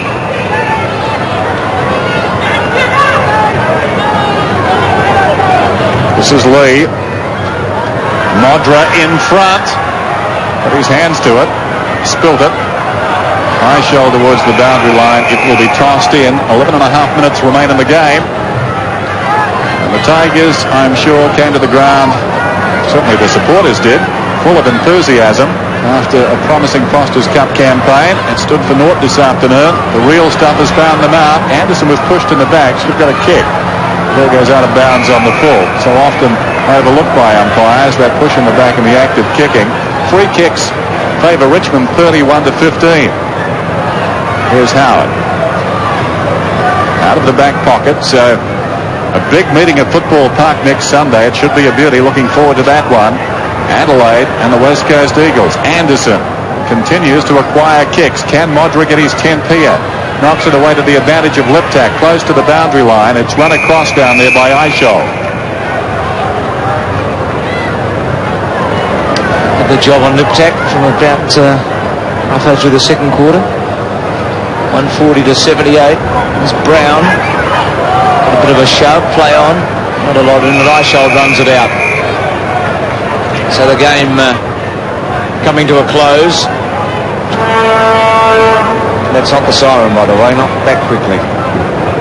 Maynard, who's playing more and more up forward as his career goes on. Free kick against Maynard. And Slater, and there are some cheers. Bit tough on the 19-year-old, but his first kick in league footy was to Menegola. To centre wing, good grab, Pittman. Looked very good a couple of years ago. Looked as if he had burst onto the AFL scene. Wren has superseded him, but he just might be on the roll. Kick by Pittman back to where Barry Young takes it. The handball to Naish. He's kicked 4 goals for today. Been Richmond's liveliest forward. Drop punt to position rather than to a player who didn't have many options, and he gains about 45 metres. Lots of touches for Naish today. 17-2.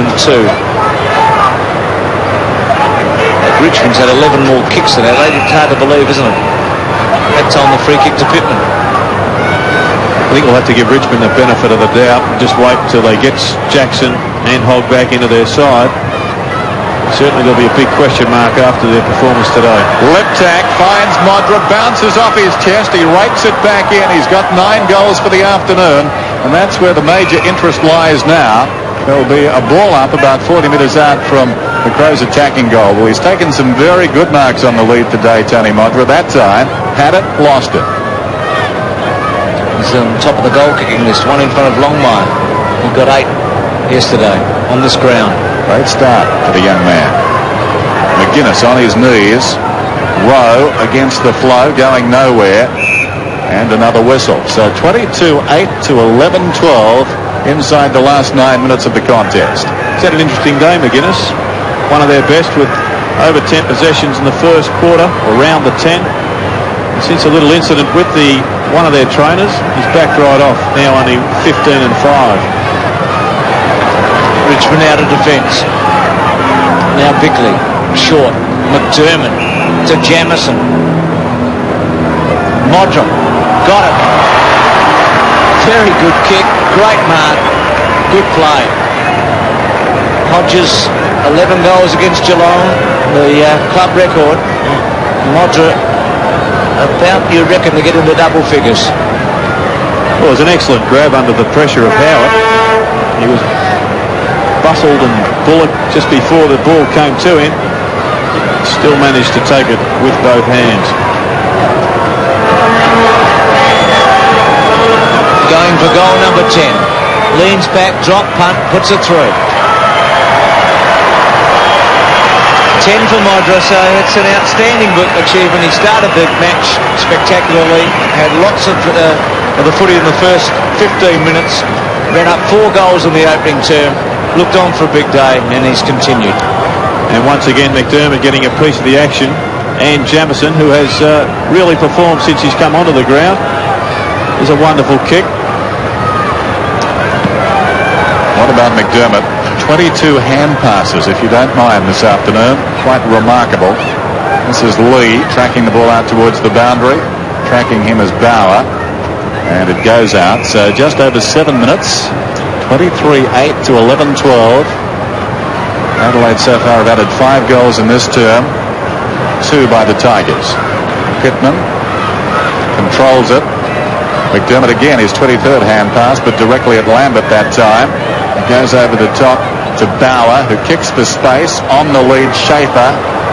Went for it at the second attempt. It was knocked away by Rouvray. This is Jamison.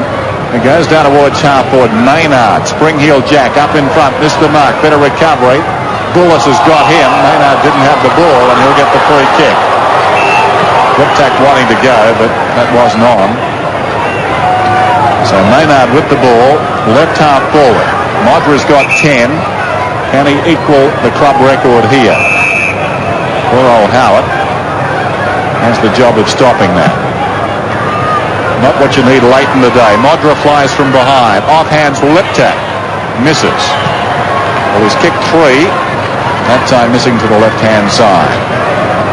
Exciting player, Liptak. Bit of speed on the forward line. 23-9 to 11-12.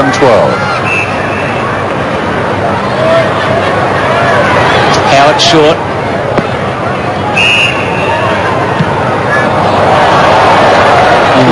That's not good, is it? Straight out on the full by Barry Young. Somebody blow the siren and put us all out of this misery, because really the game has just degenerated into a walk, a farce as far as Richmond are concerned. The Crows have had a better work out of training, I'm sure, on Thursday night. Modra's kick out of play. Jamison's had how many? 12 and 4. It's not bad, is it? A limp for Modra there. 16 touches, Jamison, and most of them have been effective. Very good with his disposal, isn't he? Minagola to Campbell to Rowe to Free, but hasn't gone anywhere, the footy. Tregenza soccers it back to Rowe. Good tackle on him. Brown, a run down by Lambert. Rowe, Anderson, Bullis, Brown, and it's coming back. Oh, gee, not much happening. It's gripping, Bruce, isn't it? Yeah. Is this one performance, Gerard, eroded all that good work for Richmond in the first couple of months of the season? Well, it certainly wouldn't do anything for their membership drive. I'm at a loss as far as the Tigers are concerned, because they had won most people, football supporters in general, in Melbourne and probably in Australia, because they're such a traditional side. Yet all of a sudden, after one performance, given that Hogg isn't there, Jackson's not there, yes, but there just hasn't been the determination, the grit, the fight. They've just let this mob roll run right over the top of them, the Crows, and their supporters will go home bitterly disappointed. You meant mob in the nicest way. There's Knights. Here's Pittman and McQueen. So the score is 23-9 to 11-12. Smart. He does everything very well. Gets it to Wiedemann. Wiedemann into the centre. I think the mob in Adelaide are really enjoying this. There's Jamison storming through the middle, 60 metres out. That's a magnificent kick. In the news tonight at 6, Western Australia police make an arrest over the recent mass murders in Geraldton. The 24-year-old man was known to the woman who was found dead with her 3 children. Apparently, he had been questioned earlier in the investigation. Also tonight, a major alert east of Adelaide as a cloud of toxic fumes threatened lives. The incident followed a truck rollover in which the driver died. We'll have the full details at 6 in 790 News. See you then.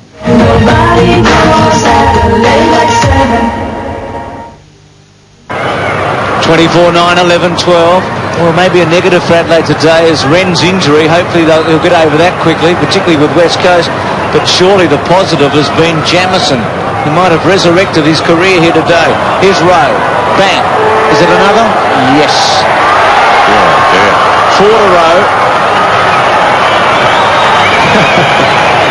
Then smile he might. Well, it's a cricket score now, 25-9 to 11-12. And Adelaide's record against Richmond is emphatic, isn't it? 4 out of 4, and they've been big ones, most of them. Yeah. Easy kicks all over the field. Menengola pumped off by Rowe.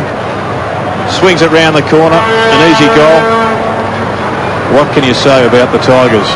Well, they'll be bottom of the table after the first round, and Adelaide will be on top. You can take nothing away from Adelaide, but you just can't really be convinced as yet because the opposition have been pitiful, to say the least. Brown feeds Jarman, who boots to half forward. In front, Maynard. Well, shades of how they started 1991. Their debut season, the Crows, when they thumped Hawthorn under lights at Footy Park. They've come to Melbourne this afternoon at the MCG, and they thumped the Tigers. Maynard kicks from right on the 50 and sprays it right. Oh, too easy. Groom up in front, plays on, kicks a goal. Well, that's disgraceful by Richmond. Max Stevens is down on the boundary. Max? Well, Tony Montra just came off a few moments ago. It's nothing too serious. He has a sore shin. As I said, nothing too serious. Pretty happy. Big smile on his face, though. Max, what's the situation with Hodges? Would he be available next week against West Coast? Well, it was only a thigh. I went to training on Thursday night, and he lasted about 15-20 minutes at training and came off. I would say he'd be available this week. As we said at three-quarter time, that's the headache for selectors. Well, it's a big win here, 26-11. Knights. Scott on a lead, and in the front was McQueen, who started all right on Wiedemann. He looked as if he was going to be a major player in this match, but oh gee, he's fallen away like a lot of his mates. Now let's hope that Jeff Holt's injury or illness, or I guess I'm not sure which it is, doesn't last too long either. Well, his non-appearance, let's say that. McQueen, he's kicked his second. Richmond's 12. 2 to McQueen, 12 to Richmond. But those young supporters haven't had much to cheer about. They must have come to the ground hoping today for a flow-on from the Foster's Cup competition, but it's all dried up. Well, quite an unimpressive performance from McQueen.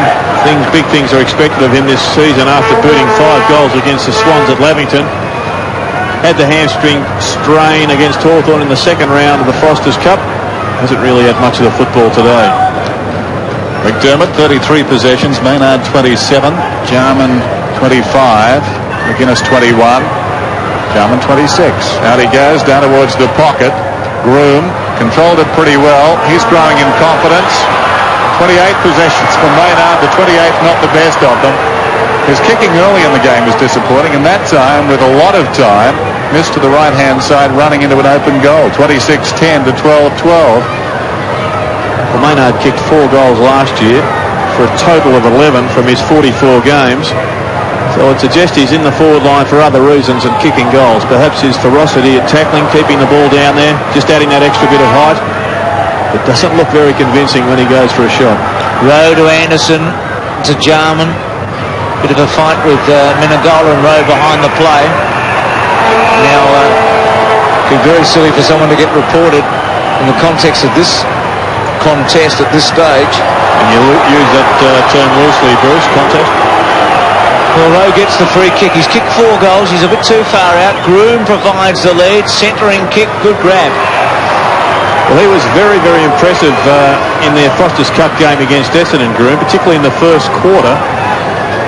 He had a relatively quiet day, but has looked impressive at times, and certainly when he gets the football, he knows what to do with it. So I'd say a pretty big future coming up for this boy. Kicking from 45 metres, drop punt, good-looking kick. Yes. Goal. Gets his second since going to full forward, and I was a bit critical of him early because he did have a quiet first half, but he's got better and better. Yes, he's grown in stature as the game's gone on, and I'm sure that he is one player that's going to have a big impact this season. Seen a number of talented youngsters so far this year, and he has been well and truly up there with the best of them. Just taking a look at the stats, the Crows have had 199 kicks, Richmond 196, but handballs, Adelaide 142 as opposed to 91. Anderson, unguarded goal square, it's going to bounce through for another one. That's his third.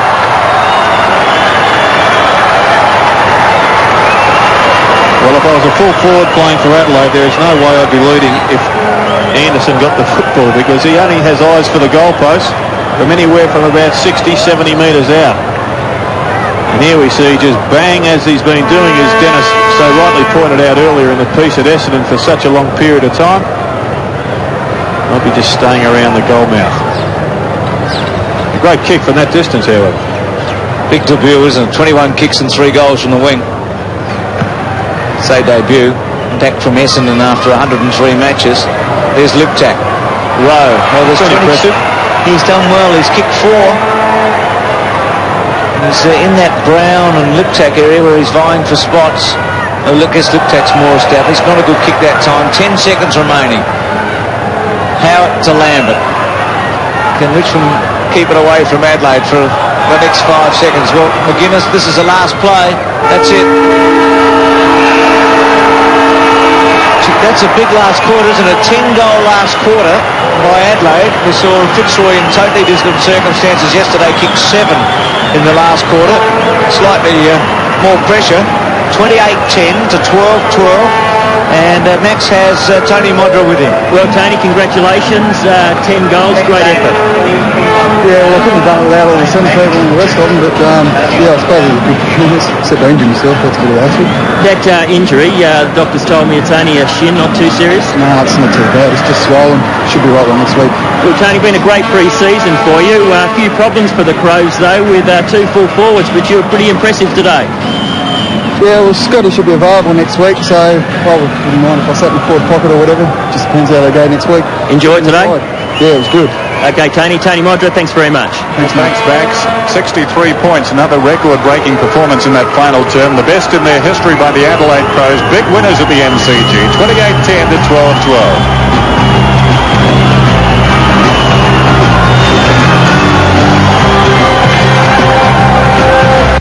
You just never know when you're going to need instant windscreens, and you won't believe how instant your new instant windscreen can be.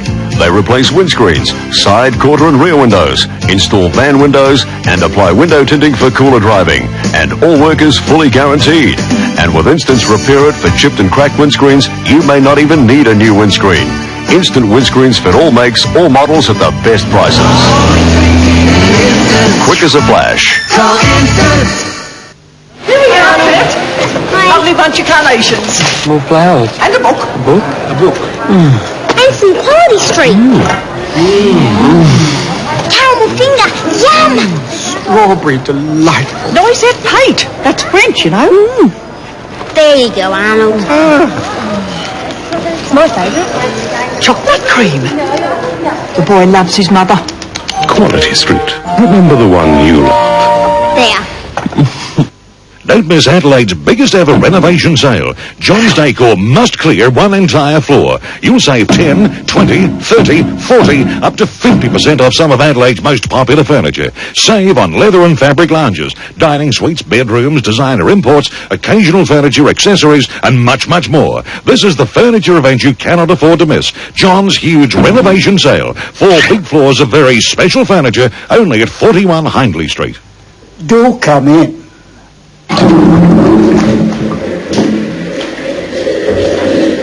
It doesn't happen very often. When, for a strictly limited period, prices at Bridgeland's bathroom showroom go straight down the plug hole. Bridgeland's bathroom sale, City and Wingfield. Fresh for you, every time. Fresh for you, every single time. At Hungry Jack's, your food is fresh because it's made fresh when you order. You can see for yourself. And we flame grill, so our burgers taste much better. Fresh for you. Try it. At Hungry Jack's. If your hot water service grinds to a halt, in most cases you can have a new Hardy hot water system installed within 24 hours from the gas company.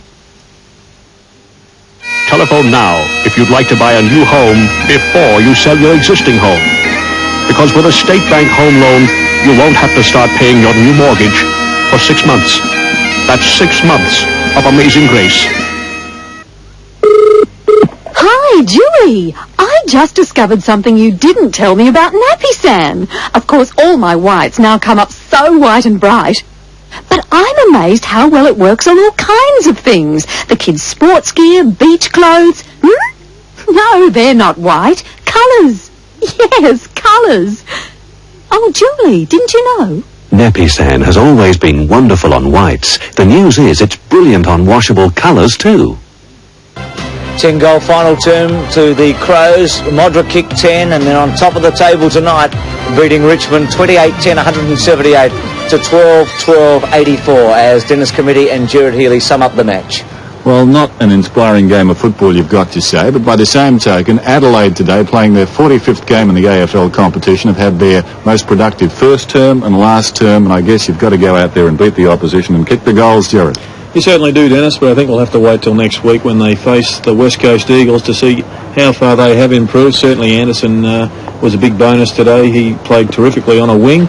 Jamison, I thought, showed that he's going to have a better year. As we look at the match statistics, well, really the only one that counts at the end of the day is on the scoreboard, but Richmond have won the football well enough, although they trailed terribly in handballs, but with 290-odd possessions, you would think they would have had probably a more productive day on the scoreboard. The tackles was a little bit bewildering. The free kicks, 34 to Richmond versus 19 to Adelaide. So they didn't get much assistance from the umpires. Problematical that Sean Wren will play next week, but let's say that Pittman came in and filled the void very well indeed this afternoon. Could be an important factor against West Coast Eagles. Let's have a look at now the name of the game, the song for 1993.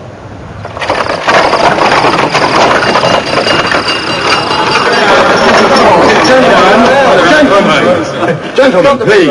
135 football seasons ago, 4 sportsmen decided to change the name of the game. So, you've got the posts. Between the posts, a goal. Why can't we use our hands to mark the ball? What about these posts? Stick up 2 sticks in the goal. Put the emphasis on kicking. It's the name of the game. Why outside? Why can't we pass forward? The name of the game. Keeps the game flowing. What do we call it? The name of the game. What will anybody bother turning up? The name of the game is Australia.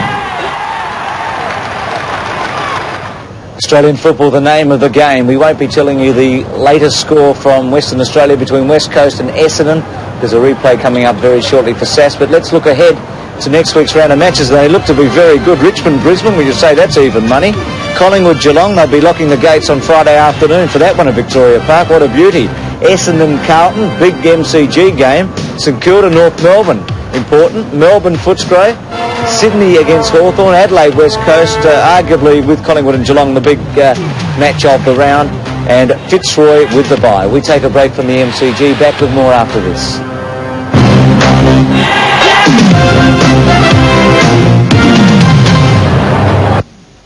It's amazing! Cartronics is liquidating $250,000 worth of car sound and CDs, alarm systems and cellular phones at the Motor Show. So come to the show and buy. Kenwood high-power CD tuners from Cartronics for just $499 at the Motor Show. 100-watt Cartronics car speakers just $19. That's half price. Cobra car alarms with immobilizer just $399. That's security. See Cartronics at the Motor Show for amazing savings. Cartronics at the Motor Show. Hurry, ends Thursday, April 1. Boys are back in town, boys are back in town. Oh, the boys are back in town, the boys are back in town. Don't miss out on buying your 1993 Camry Crows season ticket. Special new reserved seating areas have just been released and good seats are still available.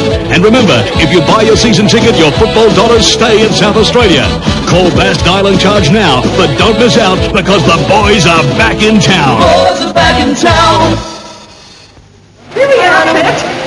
Lovely bunch of carnations. More flowers. And a book. A book? A book. And some party street. Caramel finger. Yum. Strawberry delightful. No, he said paint. That's French, you know. There you go, Arnold. My favourite. Chocolate cream. The boy loves his mother. Quality Street. Remember the one you love. There. Fresh for you, every time.